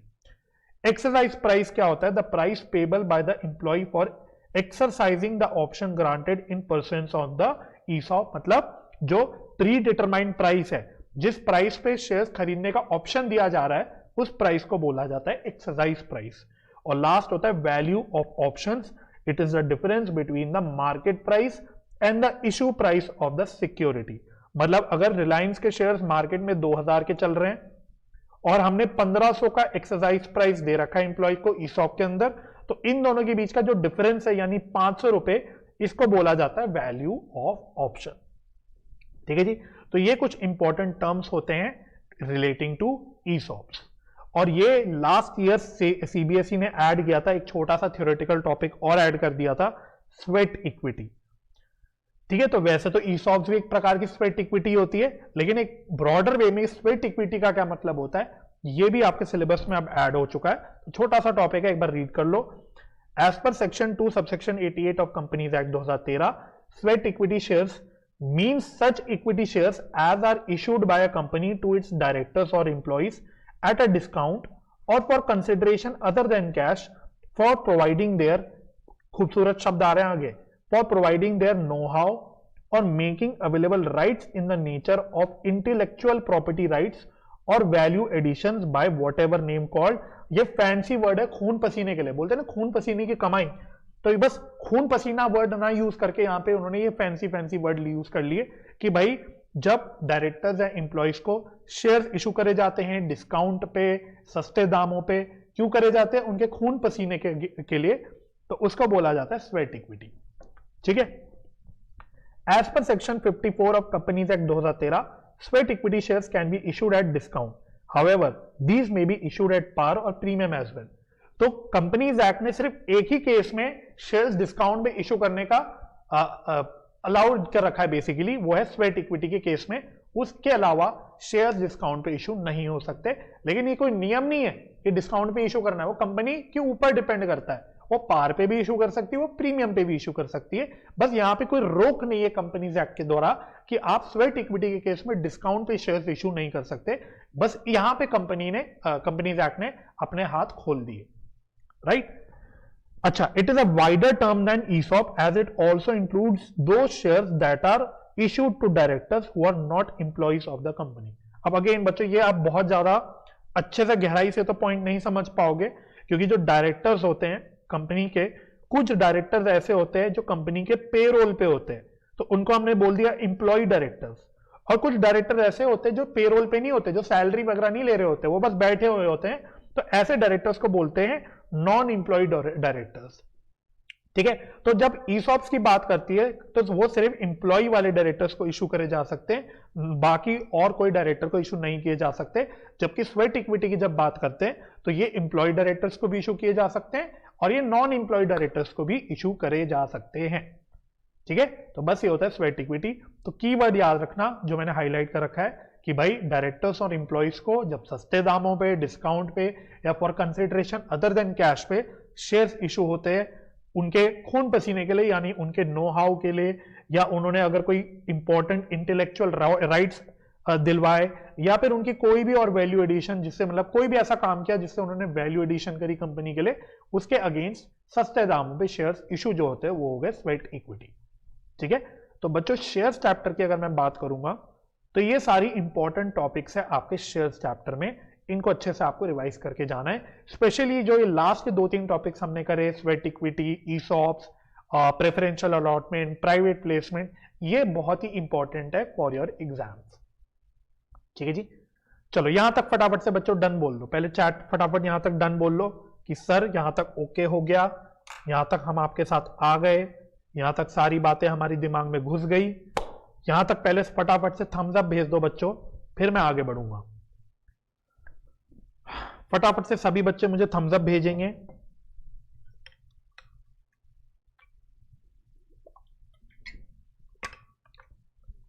चलो डन डन डन। दिशा का मैसेज आया सबसे पहले, क्या बात है दिशा? चलो डन। रक्षित भी कह रहे डन, वेरी गुड। चलिए नेक्स्ट चैप्टर है बच्चों डिबेंचर्स, इशू ऑफ डिबेंचर्स, जो आपकी बुक 2 का दूसरा चैप्टर है। तो यहां पे हमें फटाफट से थ्योरी यहां की भी डिस्कस करनी है। तो पहला है meaning of debenture. It is an instrument in writing या document in writing issued by a company which acknowledges a debt. तो ये डेफिनेशन आपने अपने नोट्स में भी लिखी थी जब हमने लेक्चर पढ़ा था। तो ये कंपनी की बेसिकली बोरिंग्स होती हैं, और डिबेंचर वर्ड में बच्चों बॉन्ड्स भी इंक्लूड हो जाते हैं। तो डिबेंचर एक काफी वाइडर टर्म है। कई बार आपको कंपनीज के केस में बॉन्ड्स वर्ड यूज दिखेंगे, तो बॉन्ड्स भी एक प्रकार के डिबेंचर्स ही होते हैं। तो डिबेंचर्स बेसिकली कुछ इंस्ट्रूमेंट है, कोई डॉक्यूमेंट है जो राइटिंग में होता है, जो कंपनी की बोरिंग्स को रिफ्लेक्ट करता है। ठीक है, ऐसी इंस्ट्रूमेंट को हम बोलते हैं डिबेंचर्स। ठीक है, कंपनी के लिए क्या है? कंपनी के लिए बोरिंग्स, सिंपल भाषा में कंपनी के लिए बोरिंग्स है, लोन है, लाइबिलिटी है। इसके अलावा जैसे जिनके पास शेयर्स होते हैं उनको हम शेयर होल्डर्स बोलते हैं, उसी प्रकार से जिन पर्संस के पास डिबेंचर्स होते हैं उनको हम क्या बोलेंगे? Debenture holders. Features of debentures, debentures के क्या क्या फीचर होते हैं? तो पहला feature, it is a written instrument which acknowledges a debt. Acknowledges a debt का मतलब क्या हुआ? मैंने आपको कागज के टुकड़े में साइन करके बोल दिया कि हां मेरी आपकी तरफ एक उधारी है, मेरी आपकी तरफ एक उधारी है 1 लाख रुपए की, 10 लाख रुपए की। इसको बोलते हैं एक document in writing which acknowledges a debt. मैंने एक डेट को एक्नॉलेज कर दिया कि मेरे पास एक डेट है, राइट। दूसरा, fixed specified mode and period of repayment of principal and interest. तो ये काफी इंपॉर्टेंट है। जैसे आप बैंक से लोन लेते हो तो बैंक से लोन लेते वक्त एक पहले से ही समझौता हो जाता है बैंक के साथ कि हम कितनी किश्तों में कितना कितना पैसा कब कब कब आपको वापस करेंगे। उसी प्रकार से डिबेंचर्स के केस में भी पहले से ही डिसाइडेड होता है कि पूरा जो पैसा है वो कैसे कैसे वापस किया जाएगा, which includes principal and interest. उसके बाद rate of interest is specified and is calculated on face value of debentures on time basis। ये हमने इंटरेस्ट का जो कॉन्सेप्ट है ये प्रैक्टिकली पढ़ लिया था। तो बस इंटरेस्ट जो रेट होता है वो पर एनम होता है डिबेंचर्स के केस में। दूसरी बात वो फेस वैल्यू पे कैलकुलेट किया जाता है। तीसरी बात क्योंकि रेट पर एनम है तो वो टाइम बेसिस पे कैलकुलेट किया जाता है। Debentures are borrowings that is liability for the company. तो डिबेंचर्स एक बोरिंग्स होती है जो कंपनी के लिए लाइबिलिटी होती है। प्रैक्टिकली हमने ये भी डिस्कस किया था कि बैलेंस शीट में डिबेंचर्स का डिस्क्लोजर कैसे कैसे होता है, कब वो नॉन करेंट लाइबिलिटीज में आता है, कब वो करेंट लाइबिलिटीज में आता है, कब वो लॉन्ग टर्म बोरिंग्स के अंदर आता है, कब वो शॉर्ट टर्म बोरिंग्स के अंदर आता है, उसके अंदर current मैच्योरिटीज of long term debts क्या होता है, सब कुछ हमने प्रैक्टिकल कॉन्सेप्ट में डिस्कस किया था। इसके अलावा interest on debenture is a charge against profit. तो एक बार सीबीएसई ने आई थिंक लास्ट ईयर के सैंपल पेपर में सवाल बड़ा इंटरेस्टिंग वे में डाला था। प्रैक्टिकल क्वेश्चन था 6 मार्क्स का। उसमें कंपनी ने बोला था कि आप जर्नल एंट्री करके दिखाओ, जर्नल एंट्री करके दिखाओ for fixed charge. Fixed charge के लिए जर्नल एंट्री करके दिखाओ। इस तरह की लैंग्वेज यूज करके सीबीएसई ने एक बार सैंपल पेपर में सवाल डाला था। तो यहां पे फिक्स्ड चार्ज का मतलब क्या होता है बच्चों? यहां पे फिक्स्ड चार्ज या फिक्स्ड ऑब्लिगेशन, इस तरह की वर्ड जब सवाल में लिखे हो, फिक्स्ड चार्ज या फिक्स्ड ऑब्लिगेशन, तो इसका मतलब होता है यहां पे इंटरेस्ट की बात हो रही है। क्योंकि इंटरेस्ट जो होता है वो एक चार्ज अगेंस्ट प्रॉफिट होता है। ठीक है, चार्ज अगेंस्ट प्रॉफिट का मतलब सिंपल भाषा में एक्सपेंस, ये एक एक्सपेंस होता है। अच्छा, क्या सर हमको याद है कि स्टेटमेंट ऑफ पीएनएल में इंटरेस्ट कौन से हेड में दिखाया जाता है? क्या ये बात हमें याद है? शेड्यूल 3 के हिसाब से इंटरेस्ट ऑन डिबेंचर कौन से हेड के अंदर दिखाते हैं? तो ये फाइनेंस कॉस्ट के अंदर आता है। छोटी छोटी बातें लेकिन एमसीक्यू में एक एक नंबर आपको दिला सकती हैं। बात समझ में आ रही है? चलो अगला टॉपिक है बॉन्ड। तो बॉन्ड मैंने जैसे कि बोला it is a type of debenture only. तो bond is similar to debenture. It is also an acknowledgement of borrowing issued by the company. Traditionally they are issued by the government. तो generally government के cases में bonds word use होता है। Government companies जो issue करती है, जैसे वो इंफ्रास्ट्रक्चर बॉन्ड्स इशू करती है या गोल्ड बॉन्ड्स इशू करती है, तो गवर्नमेंट कंपनी, सरकार जब या सरकारी कंपनी जो इशू करती है, डिबेंचर्स कह सकते हो, उनको जनरली बॉन्ड्स बोला जाता है। ठीक है। अच्छा, bonds may also be used for debt instruments where rate of interest is not specified. For example deep discount bond या जीरो कूपन बॉन्ड। तो बॉन्ड के केस में जरूरी नहीं कि कुछ इंटरेस्ट हो, बिना इंटरेस्ट के भी बॉन्ड इशू हो सकता है, जिसके एग्जाम्पल क्या हो गए? डीप डिस्काउंट बॉन्ड या जीरो कूपन बॉन्ड। ठीक है। अच्छा, डिबेंचर्स और शेयर्स के बीच में डिफरेंसेस इतने सारे हैं कि मैं आपको क्या बोलूं। जैसे पहला डिफरेंस, डिबेंचर्स जो होते हैं वो लेंडर, डिबेंचर होल्डर्स मैं बोलूंगा जो होते हैं वो लेंडर्स होते हैं कंपनी के, वो मालिक नहीं होते कंपनीज के। जबकि शेयर्स के केस में जो शेयर होल्डर्स होते हैं वो कंपनी के ओनर्स होते हैं, वो लेंडर्स नहीं है, वो मालिक है। इसी प्रकार से रिटर्न जो होता है डिबेंचर्स पे फिक्स्ड इंटरेस्ट के दाम पे होता है, मतलब फिक्स्ड इंटरेस्ट, ना 1 रुपए ज्यादा ना 1 रुपए कम। जबकि शेयर्स के केस में ये डिविडेंड होता है जो वेरी कर सकता है, जो फिक्स्ड नहीं रहता। Repayment, debentures are repaid on due dates as per terms of issue. तो जो भी due date terms of issue में होती है उसके हिसाब से वो रीपे होता है। जबकि normally equity shares are not repaid during the lifetime. Equity shares का पैसा तो वापस किया ही नहीं जाता जब तक कंपनी बंद ना हो जाए। प्रेफरेंस शेयर्स आर रिडीम, मतलब प्रेफरेंस शेयर्स के केस में रिडीम करा जाता है, रीपे किया जाता है। कंपनीज एक्ट के हिसाब से प्रेफरेंस शेयर्स मैक्सिमम 20 साल के लिए इशू हो सकते हैं। तो कंपनीज के केस में एज पर कंपनीज एक्ट 20 साल के अंदर अंदर आपको प्रेफरेंस शेयर होल्डर्स का पैसा वापस करना होता है। इसके अलावा इशू एट डिस्काउंट, ये तो मजेदार है। डिबेंचर्स में हमने अकाउंटिंग भी करी थी कि डिबेंचर्स डिस्काउंट पे इशू हो सकते हैं, जबकि शेयर्स के केस में हमने बोला था except for sweat equity shares can not be issued at discount. Security, debentures may और may not be secured by charge on company's asset. तो डिबेंचर्स सिक्योर्ड भी हो सकते हैं, अनसिक्योर्ड भी हो सकते हैं, जबकि शेयर्स हमेशा अनसिक्योर्ड होते हैं। भाई शेयर्स कभी कोई सिक्योरिटी के अगेंस्ट नहीं इशू होता। Convertibility, debentures can be converted into shares, debentures को शेयर्स में कन्वर्ट किया जा सकता है। Shares can not be converted in any other security except convertible preference shares. तो शेयर्स के केस में सिर्फ प्रेफरेंस शेयर्स कन्वर्ट हो सकते हैं, वो भी इन इक्विटी शेयर्स। तो प्रेफरेंस शेयर्स को इक्विटी शेयर्स में कन्वर्ट किया जा सकता है, इक्विटी शेयर्स तो किसी भी और इंस्ट्रूमेंट में कन्वर्ट नहीं हो सकते, जबकि डिबेंचर्स जो हैं वो कन्वर्ट हो सकते हैं इनटू इक्विटी शेयर्स भी, इनटू प्रेफरेंस शेयर्स भी। Voting rights, equity share holders को वोटिंग राइट्स मिलता है, जबकि डिबेंचर होल्डर्स मालिक नहीं है, वो तो लेंडर है, तो उनको कोई भी वोटिंग राइट नहीं मिलता। Risk, debentures from the point of view of debenture holder एक सेफ इन्वेस्टमेंट है, क्योंकि उनको एक फिक्स्ड इंटरेस्ट मिलने ही मिलने वाला है, वो बेसिकली लेंडर्स हैं, जबकि शेयर्स एक रिस्कियर इन्वेस्टमेंट है। ठीक है, तो अगर मैं शेयर्स में इन्वेस्ट करता हूं तो मैं ज्यादा रिस्क ले रहा हूं, जबकि अगर मैं किसी कंपनी के डिबेंचर्स में इन्वेस्ट करता हूं तो मैं बहुत कम रिस्क ले रहा हूं, ये मतलब है। इसलिए आपने सुना होगा फिक्स डिपॉजिट जो बैंक के साथ किया जाता है वो एक सेफ इन्वेस्टमेंट माना जाता है, जबकि जब कंपनी इसके शेयर्स में इन्वेस्ट किया जाता है वो एक रिस्की इन्वेस्टमेंट माना जाता है। इसके अलावा priority with respect to repayment of principal on winding up of company, मतलब जब कंपनी बंद होगी तो किसको प्रायोरिटी मिलेगी, तो repayment of debenture is made before repayment of share capital. Share capital का पैसा वापस करने से पहले डिबेंचर्स का पैसा वापस किया जाता है। Repayment of share capital is made after repayment of debentures, right. तो डिबेंचर्स वालों का पैसा वापस करने के बाद शेयर कैपिटल का पैसा वापस किया जाता है, और वहां पे भी प्रेफरेंस शेयर्स को पहला राइट मिलता है, पहला प्रेफरेंस मिलता है, उसके बाद लास्ट में नंबर आता है इक्विटी शेयर्स का। इसी प्रकार से बच्चों सेम लाइन पे debenture holder and share holder के बीच में भी डिफरेंस बन सकता है, तो ये मैं आपको होमवर्क में सेल्फ में रीड करने बोलूंगा, क्योंकि आपको सेम से पॉइंट यहां पे वापस से दिख जाएंगे। टाइप्स ऑफ डिबेंचर्स क्या होते हैं, तो ये थोड़ा सा इंपॉर्टेंट है, इसको इंपॉर्टेंट मार्क करो।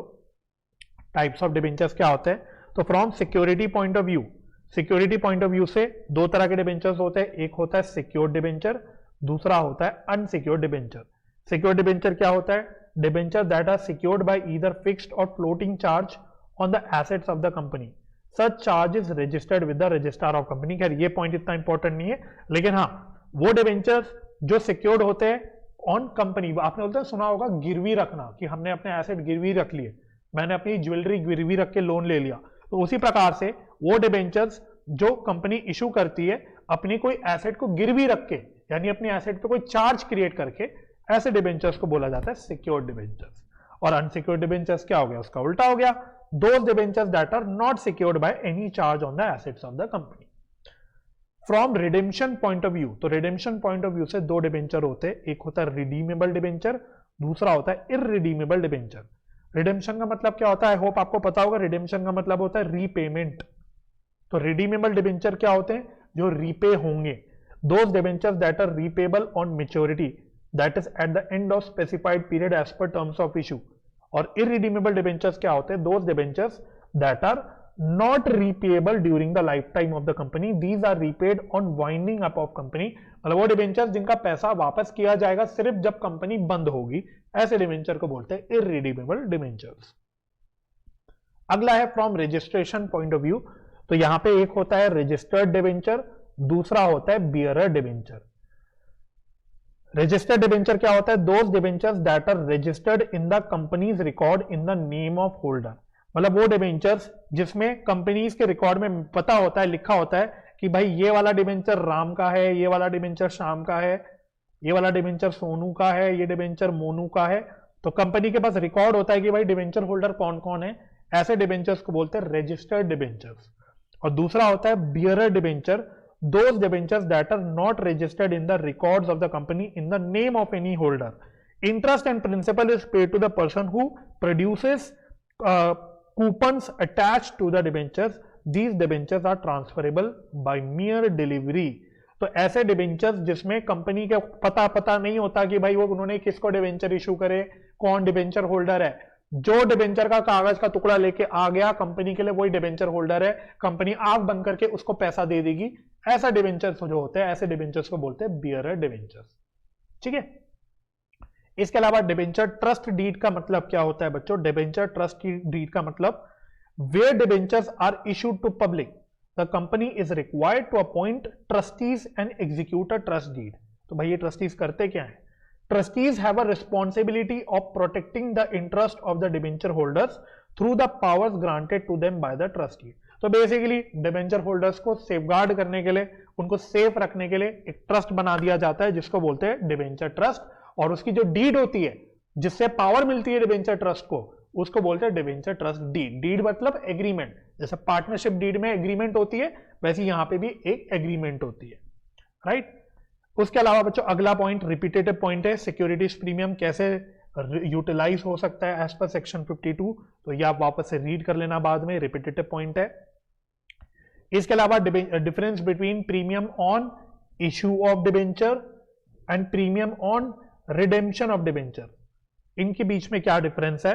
तो ये अगर आपने अकाउंटिंग ढंग से पढ़ रखी होगी तो आपको समझ आ गया होगा कि किन दो चीजों के बीच में हम डिफरेंस पढ़ रहे हैं। पहला, premium on issue of debenture के केस में it is a capital profit, जबकि premium on redemption of debenture के केस में it is a capital loss. तो मतलब प्रीमियम ऑन इश्यू कंपनी के लिए फायदा है, प्रीमियम ऑन रिडेम्पशन कंपनी के लिए नुकसान है। सिंपल भाषा में एक कैपिटल नेचर का प्रॉफिट है, फायदा है, एक कैपिटल नेचर का लॉस है, नुकसान है। दूसरा, premium on issue of debenture is a reserve, इसलिए आप इसको सिक्योरिटीज प्रीमियम में डालते हो और सिक्योरिटीज प्रीमियम को आप रिजर्व एंड सरप्लस के अंदर दिखाते हो, तो इट इज अ रिजर्व। जबकि premium on redemption of debenture जो होती है वो कंपनी के लिए लाइबिलिटी होती है। ठीक है, एक रिजर्व है, एक लाइबिलिटी है। अगला, premium on issue of debenture involves inflow of cash. तो जब कंपनी प्रीमियम पे डिबेंचर इश्यू करती है तो उनको कैश मिलता है, जबकि premium on redemption of debenture involves cash outflow eight the time of redemption. Of course मतलब रिडेम्पशन, प्रीमियम ऑन रिडेम्पशन जो होता है वो कंपनी पे करती है डिबेंचर होल्डर को, तो वो कंपनी के लिए एक कैश का आउटफ्लो है। ठीक है, अच्छा। और वैसे कैश फ्लो स्टेटमेंट में फाइनेंसिंग एक्टिविटी में इसलिए एक को हम लोग इनफ्लो की तरह दिखाते हैं और रिडेम्पशन को हम लोग आउटफ्लो की तरह दिखाते हैं, तो वहां से आप इसको लिंक कर सकते हो। अगला पॉइंट बच्चों जो मैंने ऑलरेडी वैसे बोल दिया, डिस्क्लोजर इन बैलेंस शीट। तो सिक्योरिटीज प्रीमियम को हम लोग शेयर होल्डर्स फंड के अंदर रिजर्व एंड सरप्लस के नीचे दिखाते हैं, जबकि प्रीमियम ऑन रिडेम्पशन और डिबेंचर जो होता है वो या तो नॉन करेंट लाइबिलिटी के अंदर आता है या तो अदर लॉन्ग टर्म लाइबिलिटीज के अंदर आता है, मतलब वो लाइबिलिटी हेड के अंदर आता है, राइट। ओके, तो डिबेंचर्स के ऊपर बच्चों इतनी ही थ्योरी है, तो बुक 2 में आपकी थ्योरी इतनी हो जाती है। इसके बाद हम फटाफट से बुक 3 की थ्योरी डिस्कस कर लेते हैं। चलो, तो बुक 2 की थ्योरी मुझे पहले बताओ, क्लियर हो गई? शेयर्स, डिबेंचर्स, 2 चैप्टर की थ्योरी हमने कर ली। तो पहले डिबेंचर्स वाली जो भी थ्योरी मैंने आपको कराई, इसमें कोई डाउट तो नहीं है किसी बच्चे को? फटाफट से बता दो, क्या किसी बच्चे को कोई डाउट है अभी तक की डिस्कशन में?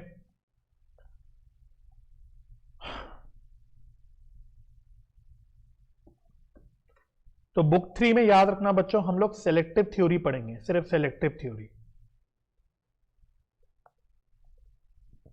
ठीक है, तो बुक 3 की थ्योरी जो है थोड़ी मैं कराऊंगा, थोड़ी मैं आपको खुद से करने दूंगा। कैसे, वो अभी थोड़ी देर में समझ आ जाएगा। तो पहले बताओ यहां तक ओके है? चलो, तो थम्स अप आ गए मेरे पास। ओके ओके ओके, ठीक है ठीक है, चलो।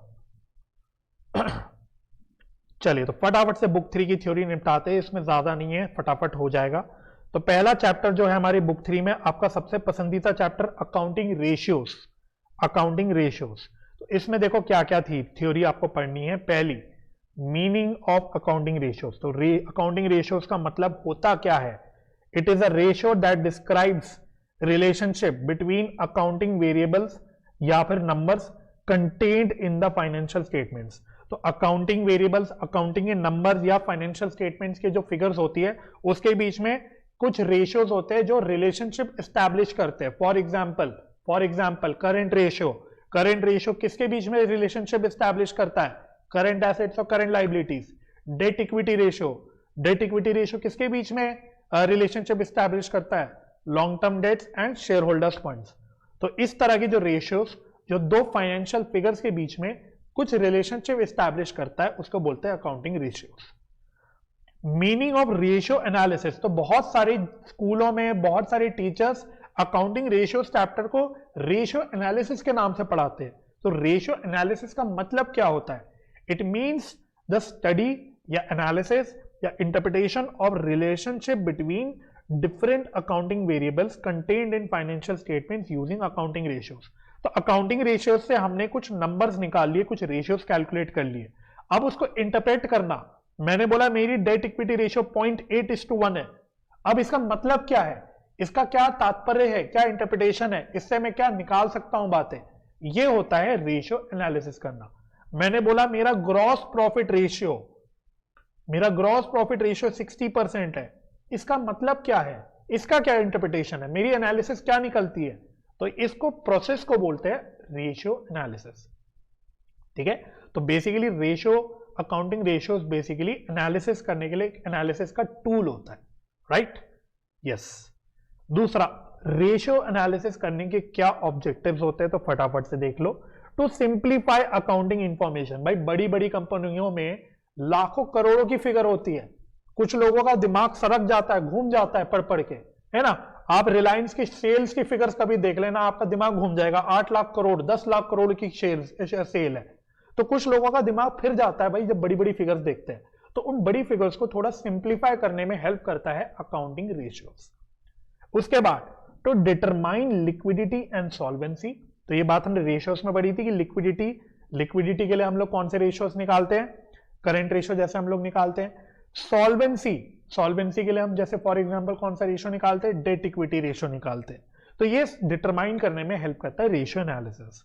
फिर to assess operational efficiency of the business, जैसे रिटर्न ऑन इन्वेस्टमेंट ROI निकाला जाता है ना, या फिर आपके operating ratio, operating profit ratio निकाले जाते हैं। इस तरह के रेशियोज आपको ऑपरेशनल एफिशिएंसी का अंदाजा देते हैं कि किसी कंपनी की ऑपरेशनल एफिशिएंसी कैसी चल रही है। टू डिटरमाइन प्रॉफिटेबिलिटी, जैसे gross profit ratio, net profit ratio, एक कंपनी की प्रॉफिटेबिलिटी बताता है। टू फैसिलिटेट कंपैरिजन, कि मैं दो कंपनीज को सामने रख रहा हूं, दोनों के रेशियोज कंपेयर कर रहा हूं। मैंने एक ITC लिमिटेड सामने रखी, मैंने HUL रखी, दोनों भी FMCG बिजनेस में, मतलब जो डे टू डे यूज करने वाले सामान को बेचते हैं। तो मैंने ITC का देखा GP रेशियो कितना है, मैंने HUL का देखा GP रेशियो कितना है, और दोनों को कंपेयर करा। तो इसने क्या फैसिलिटेट किया, रेशियो एनालिसिस ने, कंपैरिजन करना।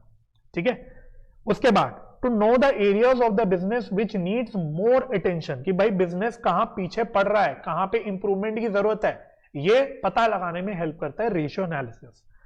To know about the potential areas which can be improve with the effort in the desired direction, मतलब किस एरिया में हम लोग एक्स्ट्रा एफर्ट डाल के कुछ और फर्दर इंप्रूवमेंट ला सकते हैं। तो ऊपर वाले पॉइंट का एक कंटिन्यूएशन ही हो गया एक प्रकार से। फिर to provide information derived from the financial statements useful for making projections and estimates for the future, मतलब फ्यूचर एस्टिमेट्स बनाने में, प्रोजेक्शंस करने में हेल्प करता है रेशियो एनालिसिस, है ना। तो मैंने बोला फॉर एग्जांपल मेरी कंपनी में GP रेशियो चलती है 60% की। अब मैंने सेल्स प्रेडिक्ट करी, मैंने बोला भाई देखो करंट ईयर की सेल 1 करोड़ है, अगले साल की सेल 2 करोड़ हो जाएगी। तो अब मेरे को अगर 60% अपना GP रेशियो पता है, तो मैं अगले साल का ग्रॉस प्रॉफिट प्रेडिक्ट कर सकता हूं कि 2 करोड़ का 60% यानी 1.2 करोड़ का मेरा ग्रॉस प्रॉफिट होगा।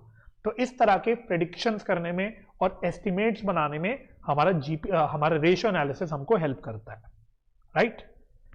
अच्छा, रेशियो एनालिसिस के क्या क्या एडवांटेजेस होते हैं? It helps to understand efficacy of decisions, फिर simplifies complex figures and establish relationships, discuss कर लिया ये point. Helpful in comparative analysis, discuss कर लिया है point. Identification of problem areas, discuss कर लिया है पॉइंट। Enable स्वॉट analysis. अच्छा, ये स्वॉट एनालिसिस क्या होता है? कभी आपने सुना है बच्चों ये स्वॉट एनालिसिस वर्ड क्या होता है?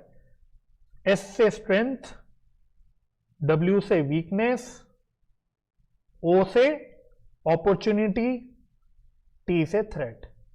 तो बेसिकली स्ट्रैटेजिक मैनेजमेंट में यूज होता है, बेसिकली मैनेजर्स यूज करते हैं स्वॉट एनालिसिस। तो रेशियो एनालिसिस किसी तरह से, अब कैसे छोड़ दो, बट किसी तरह से स्वॉट एनालिसिस में भी हेल्प करता है, ठीक है।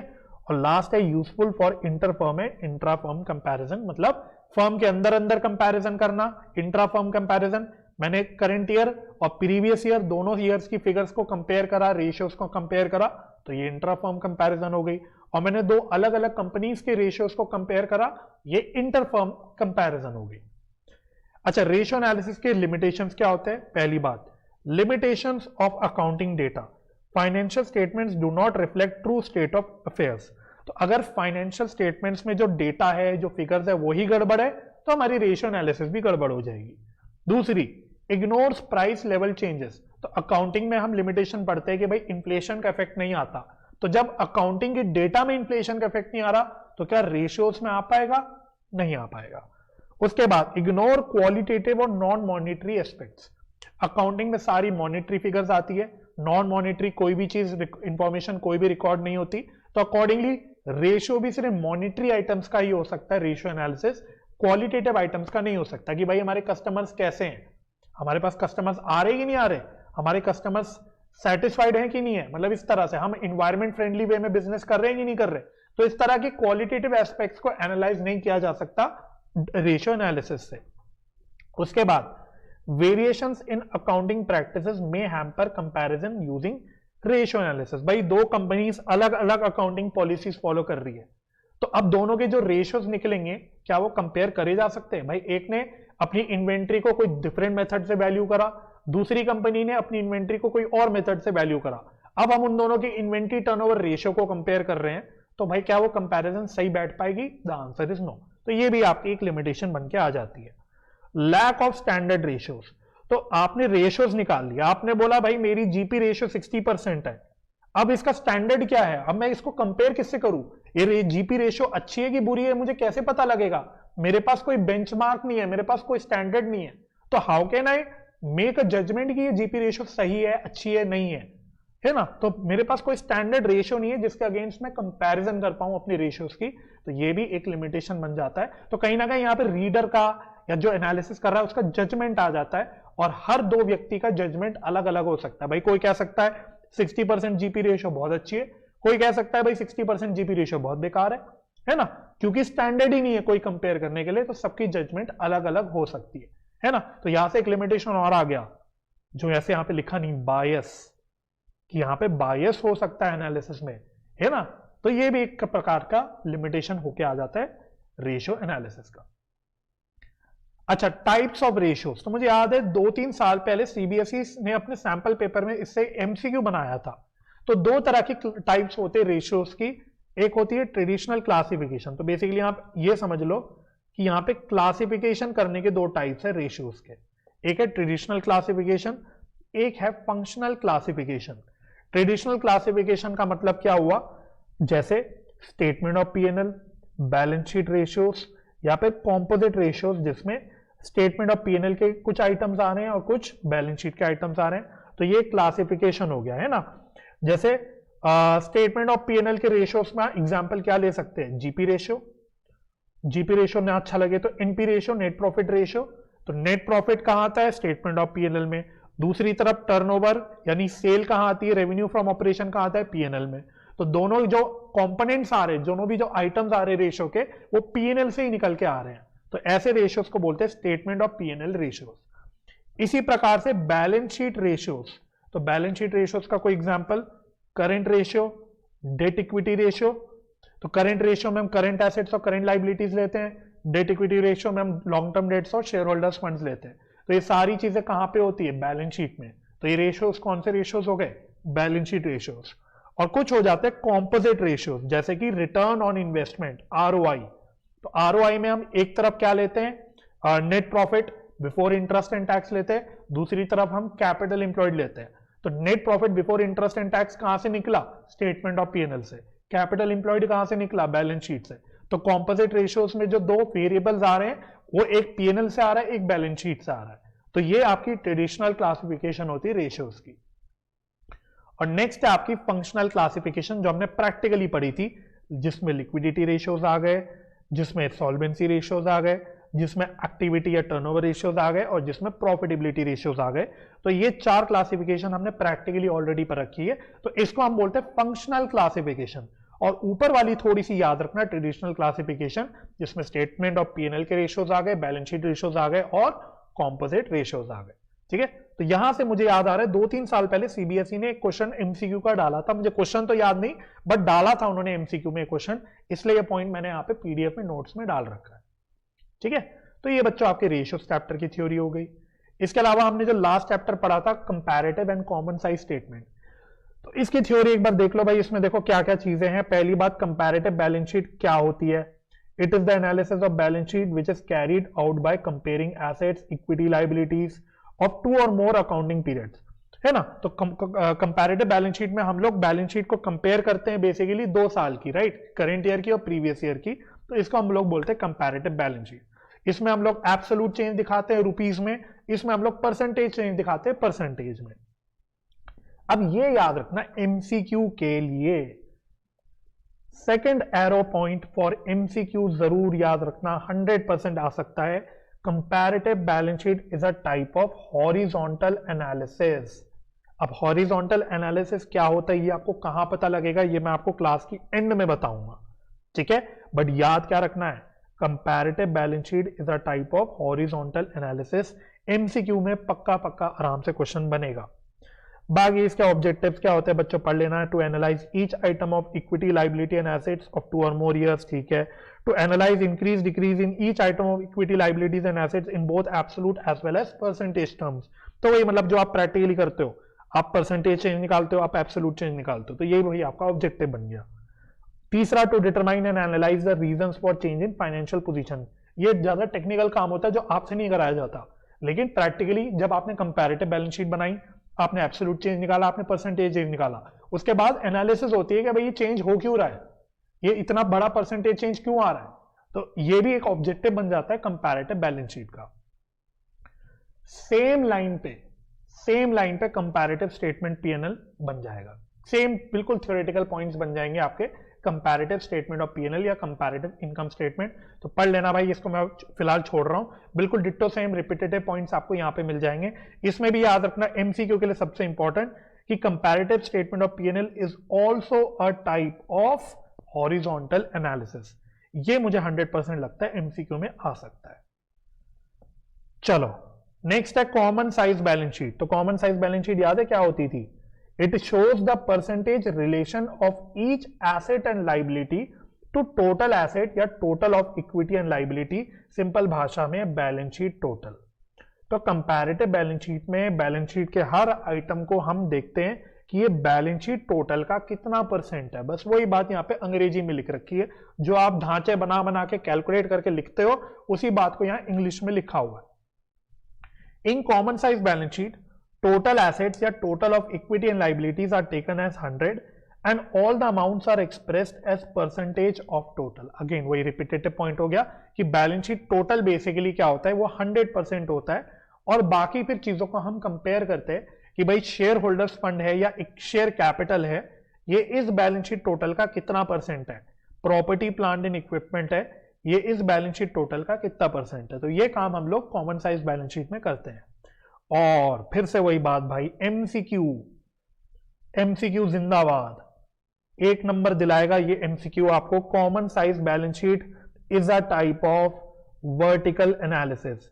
तो रट लो भाई साहब, कंपैरेटिव स्टेटमेंट जितनी भी है, चाहे बैलेंस शीट हो चाहे इनकम स्टेटमेंट हो, वो हॉरिजॉन्टल एनालिसिस है, और कॉमन साइज स्टेटमेंट्स आपकी कौन सी एनालिसिस है, ये वर्टिकल एनालिसिस है। रट लेना कृपया कृपया इस बात को आपके एमसीक्यू के लिए। चलिए ऑब्जेक्टिव्स क्या होते हैं भाई, मेरा पढ़ने का मन भी नहीं कर रहा। To analyse the change in individual items of balance sheet, ठीक है। To see and understand the trend of different items of asset, equity and liabilities. To assess the financial soundness of the business, ठीक है। पढ़ लेना भाई, वैसे कोई exam में ऐसा सवाल आएगा नहीं, बट पढ़ लेना। Common size statement of PNL पढ़ लोगे अपने आप, फिर डिट्टो सेम चीजें मिलेगी। ये भी सबसे बड़ी बात, एक वर्टिकल एनालिसिस का टाइप होता है। बाकी हम लोग common size profit and loss में किस चीज को 100% लेके चलते हैं, रेवेन्यू फ्रॉम ऑपरेशन। तो पीएनएल के सारे आइटम्स को हम देखते हैं कि रेवेन्यू फ्रॉम ऑपरेशन का कितना परसेंट है। फॉर एग्जाम्पल मैंने बोला इंप्लॉय बेनिफिट एक्सपेंस, ये रेवेन्यू फ्रॉम ऑपरेशन का कितना परसेंट है। या फिर मैं कोई और खर्चा ले लेता हूं, फाइनेंस कॉस्ट टोटल सेल यानी रेवेन्यू फ्रॉम ऑपरेशंस का कितना परसेंट है। तो यहां पे हम लोग हर आइटम को as a percentage of revenue from operations निकालते हैं। बाकी common size statement, comparative statement का फॉर्मेट आप देख चुके हो डिटेल प्रैक्टिकल लेक्चर्स में, वो फॉर्मेट तो आपको लर्न करना ही करना है। उसके बाद बच्चों आपका एक और बहुत ही पसंदीदा चैप्टर कैश फ्लो स्टेटमेंट। तो पहली बात, meaning of cash flow statement. तो कैश फ्लो स्टेटमेंट क्या होता है? It is a statement that shows inflows and outflows of cash and cash equivalents during a particular accounting period। और इसमें हम लोग तीन तरह की एक्टिविटीज में कैश फ्लो निकालते हैं। एक होता है ऑपरेटिंग एक्टिविटी, एक होता है इन्वेस्टिंग एक्टिविटी, एक होता है फाइनेंसिंग एक्टिविटी। ठीक है, अब यहां पे बच्चों वर्ड जो यूज होता है cash and cash equivalent, word कहां यूज किया गया है? Accounting standard number 3।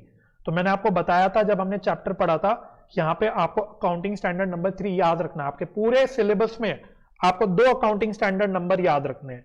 एक है अकाउंटिंग स्टैंडर्ड 3 जो कैश फ्लो स्टेटमेंट का है, दूसरा है अकाउंटिंग स्टैंडर्ड नंबर 26 जो गुडविल का है। कृपया करके ये 2 अकाउंटिंग स्टैंडर्ड नंबर आप बिल्कुल अच्छे से याद रखना, ठीक है। अच्छा, अब अकाउंटिंग स्टैंडर्ड नंबर 3 ने कैश का और कैश इक्विवेलेंट का मतलब बता रखा है, जो मैंने आपको ऑलरेडी आपके नोट्स में लिखवाया भी था जब हमने पढ़ा था कैश फ्लो स्टेटमेंट। तो कैश में क्या क्या चीजें आती है बच्चों? कैश में एक आता है कैश इन हैंड यानी रोकड़ा, दूसरा होता है डिमांड डिपॉजिट विद बैंक, मतलब बैंक के पास जो भी बैलेंस पड़ा हुआ है। उसके बाद कैश इक्विवेलेंट, तो कैश इक्विवेलेंट में बेसिकली मार्केटेबल सिक्योरिटीज आती है, यानी वो सिक्योरिटीज जो 3 महीने के अंदर अंदर बिक जाएंगी। सिंपल भाषा में जो 3 महीने के अंदर अंदर बिक जाएंगी, ऐसी सिक्योरिटीज को मार्केटेबल सिक्योरिटीज बोलते हैं। और ऐसी मार्केटेबल सिक्योरिटीज कैश इक्विवेलेंट के अंदर आती है कैश फ्लो स्टेटमेंट के लिए। याद रखना, सिर्फ कैश फ्लो स्टेटमेंट के लिए, ठीक है। और दूसरी बात, सीबीएसई ने आपके लिए एक और बम गिरा रखा है। उन्होंने बोला आपके सवाल में जब भी आपको करंट इन्वेस्टमेंट दिखे तो आपको इसको मार्केटेबल सिक्योरिटीज ही मान के चलना है, यानी आपको इसको कैश एंड कैश इक्विवेलेंट्स के अंदर ही इंक्लूड करके चलना है। अच्छा, इनफ्लोस का मतलब क्या होता है? कोई भी ऐसी ट्रांजैक्शन जो कैश एंड कैश इक्विवेलेंट को बढ़ा दे। आउटफ्लोस का मतलब क्या होता है? कोई भी ऐसी ट्रांजैक्शन जो कैश एंड कैश इक्विवेलेंट को डिक्रीज कर दे, कम कर दे। उसके बाद cash flow statement is a part of financial statements of company and is prepared as per accounting standard 3 revised. ठीक है, तो पूरा याद रखना, अकाउंटिंग स्टैंडर्ड नंबर 3 रिवाइज्ड। ये बात हमने पढ़ी थी फाइनेंशियल स्टेटमेंट्स के चैप्टर में। फाइनेंशियल स्टेटमेंट्स में हम 4 चीजें बोलते थे फाइनेंशियल स्टेटमेंट में आती है। पहली बैलेंस शीट, दूसरी स्टेटमेंट ऑफ P&L, तीसरी नोट्स टू अकाउंट्स, और चौथी क्या थी? Cash flow statement. तो कुल मिला के चारों को मिला के बोल दिया जाता है फाइनेंशियल स्टेटमेंट्स। तो cash flow statement financial statements का ही एक पार्ट होता है। हालांकि आप अलग अलग चैप्टर में पढ़ रहे हो, लेकिन प्रैक्टिकली ये फाइनेंशियल स्टेटमेंट्स का ही पार्ट होता है। ओके, अकाउंटिंग स्टैंडर्ड 3 के हिसाब से बच्चों कैश फ्लो स्टेटमेंट बनाने के 2 मेथड्स होते हैं। एक होता है डायरेक्ट मेथड और एक होता है इनडायरेक्ट मेथड। और मैंने आपको लेक्चर में बताया था कि ये दोनों भी मेथड जो होते हैं बच्चों, ये ऑपरेटिंग एक्टिविटी के लिए अलग अलग होते हैं। सिर्फ ऑपरेटिंग एक्टिविटी के लिए स्पेसिफिकली अलग अलग होते हैं direct method and indirect method. हालांकि आपके सिलेबस में सिर्फ क्या है? Indirect method. डायरेक्ट मेथड आपके सिलेबस में है नहीं, वो जब आप सीए में जाओगे तो आप वहां पे पढ़ लोगे। हालांकि वहां पे आपको बहुत बड़ा धोखा लगेगा, क्योंकि इनडायरेक्ट मेथड ज्यादा डिफिकल्ट है, डायरेक्ट मेथड ज्यादा इजी है। अभी आपको लगेगा कि इजी चीज 12वीं में आपके लिए डाल रखी है, जबकि उल्टा है, आपके लिए डिफिकल्ट चीज सिलेबस में डाल रखी है, इजी चीज हटा दी है। बट कोई बात नहीं, आपको तो इनडायरेक्ट मेथड के हिसाब से कैश फ्लो स्टेटमेंट बनाना है फिलहाल। उसके बाद in cash flow statement cash flows are shown under following heads. ठीक है, ये बात पता है, operating activity, investing activity, financing activity, ये बात तो वैसे आपको रट गई होगी। इसके बाद बच्चा ऑब्जेक्टिव क्या होते हैं कैश फ्लो स्टेटमेंट बनाने के? To determine the source of receipts of cash and cash equivalents under operating, investing, financing. तो जब मैंने चैप्टर पढ़ाया था, मैंने आपको बताई थी एक बात कि आप 11th क्लास में कैश बुक बनाते थे और आप 12th क्लास में कैश फ्लो स्टेटमेंट बना रहे हो। दोनों भी उसमें आप इनफ्लोज और आउटफ्लोज दिखा रहे हो। तो सवाल वही उठता है, भाई कैश बुक अलग क्यों बन रही है और कैश फ्लो स्टेटमेंट अलग क्यों बन रही है? तो कैश फ्लो स्टेटमेंट का एक यूएसपी होता था, जिसमें हम बोलते थे कि भाई इसका यूएसपी ये है कि इसमें हमें सोर्स ऑफ पता लगता है कि भाई इनफ्लोज आउटफ्लोज का सोर्स क्या है, ऑपरेटिंग एक्टिविटी है, इन्वेस्टिंग एक्टिविटी है कि फाइनेंसिंग एक्टिविटी है, जबकि ये कैश बुक में नहीं पता लगता। क्लियर हो गया? तो इसलिए ये आपका एक ऑब्जेक्टिव बन गया। Similarly to determine applications of cash and cash equivalents, तो वही इनफ्लो और आउटफ्लो का सोर्स पता लग जाता है। To determine net change in cash and cash equivalent, कि नेट में मेरा कैश बढ़ा कि कम हुआ, ठीक है? तो ये आपके एडवांटेजेस हो गए। बाकी बच्चों importance of cash flow statement, limitations of cash flow statement, ये दोनों चीजें आपको एक तो होमवर्क में पढ़नी है, और आपको होमवर्क में एक चैप्टर मैं पढ़ने दूंगा। कौन सा चैप्टर है सर? वो है एनालिसिस ऑफ फाइनेंशियल स्टेटमेंट्स। तो ये पूरा फुल थ्योरी चैप्टर है, जिसके नोट्स मैं सेपरेटली अपलोड कर दूंगा आपके कंटेंट सेक्शन में। ये आपको होमवर्क में पढ़ना है, ठीक है? Maximum to maximum I expect 1 MCQ from this chapter, तो एक बार इसको आप जरूर से पढ़ लेना, ठीक है? तो बस एक चैप्टर आपको होमवर्क में पढ़ना है, बाकी सारी चीजें मैंने आपके साथ डिस्कस कर ली। चलो।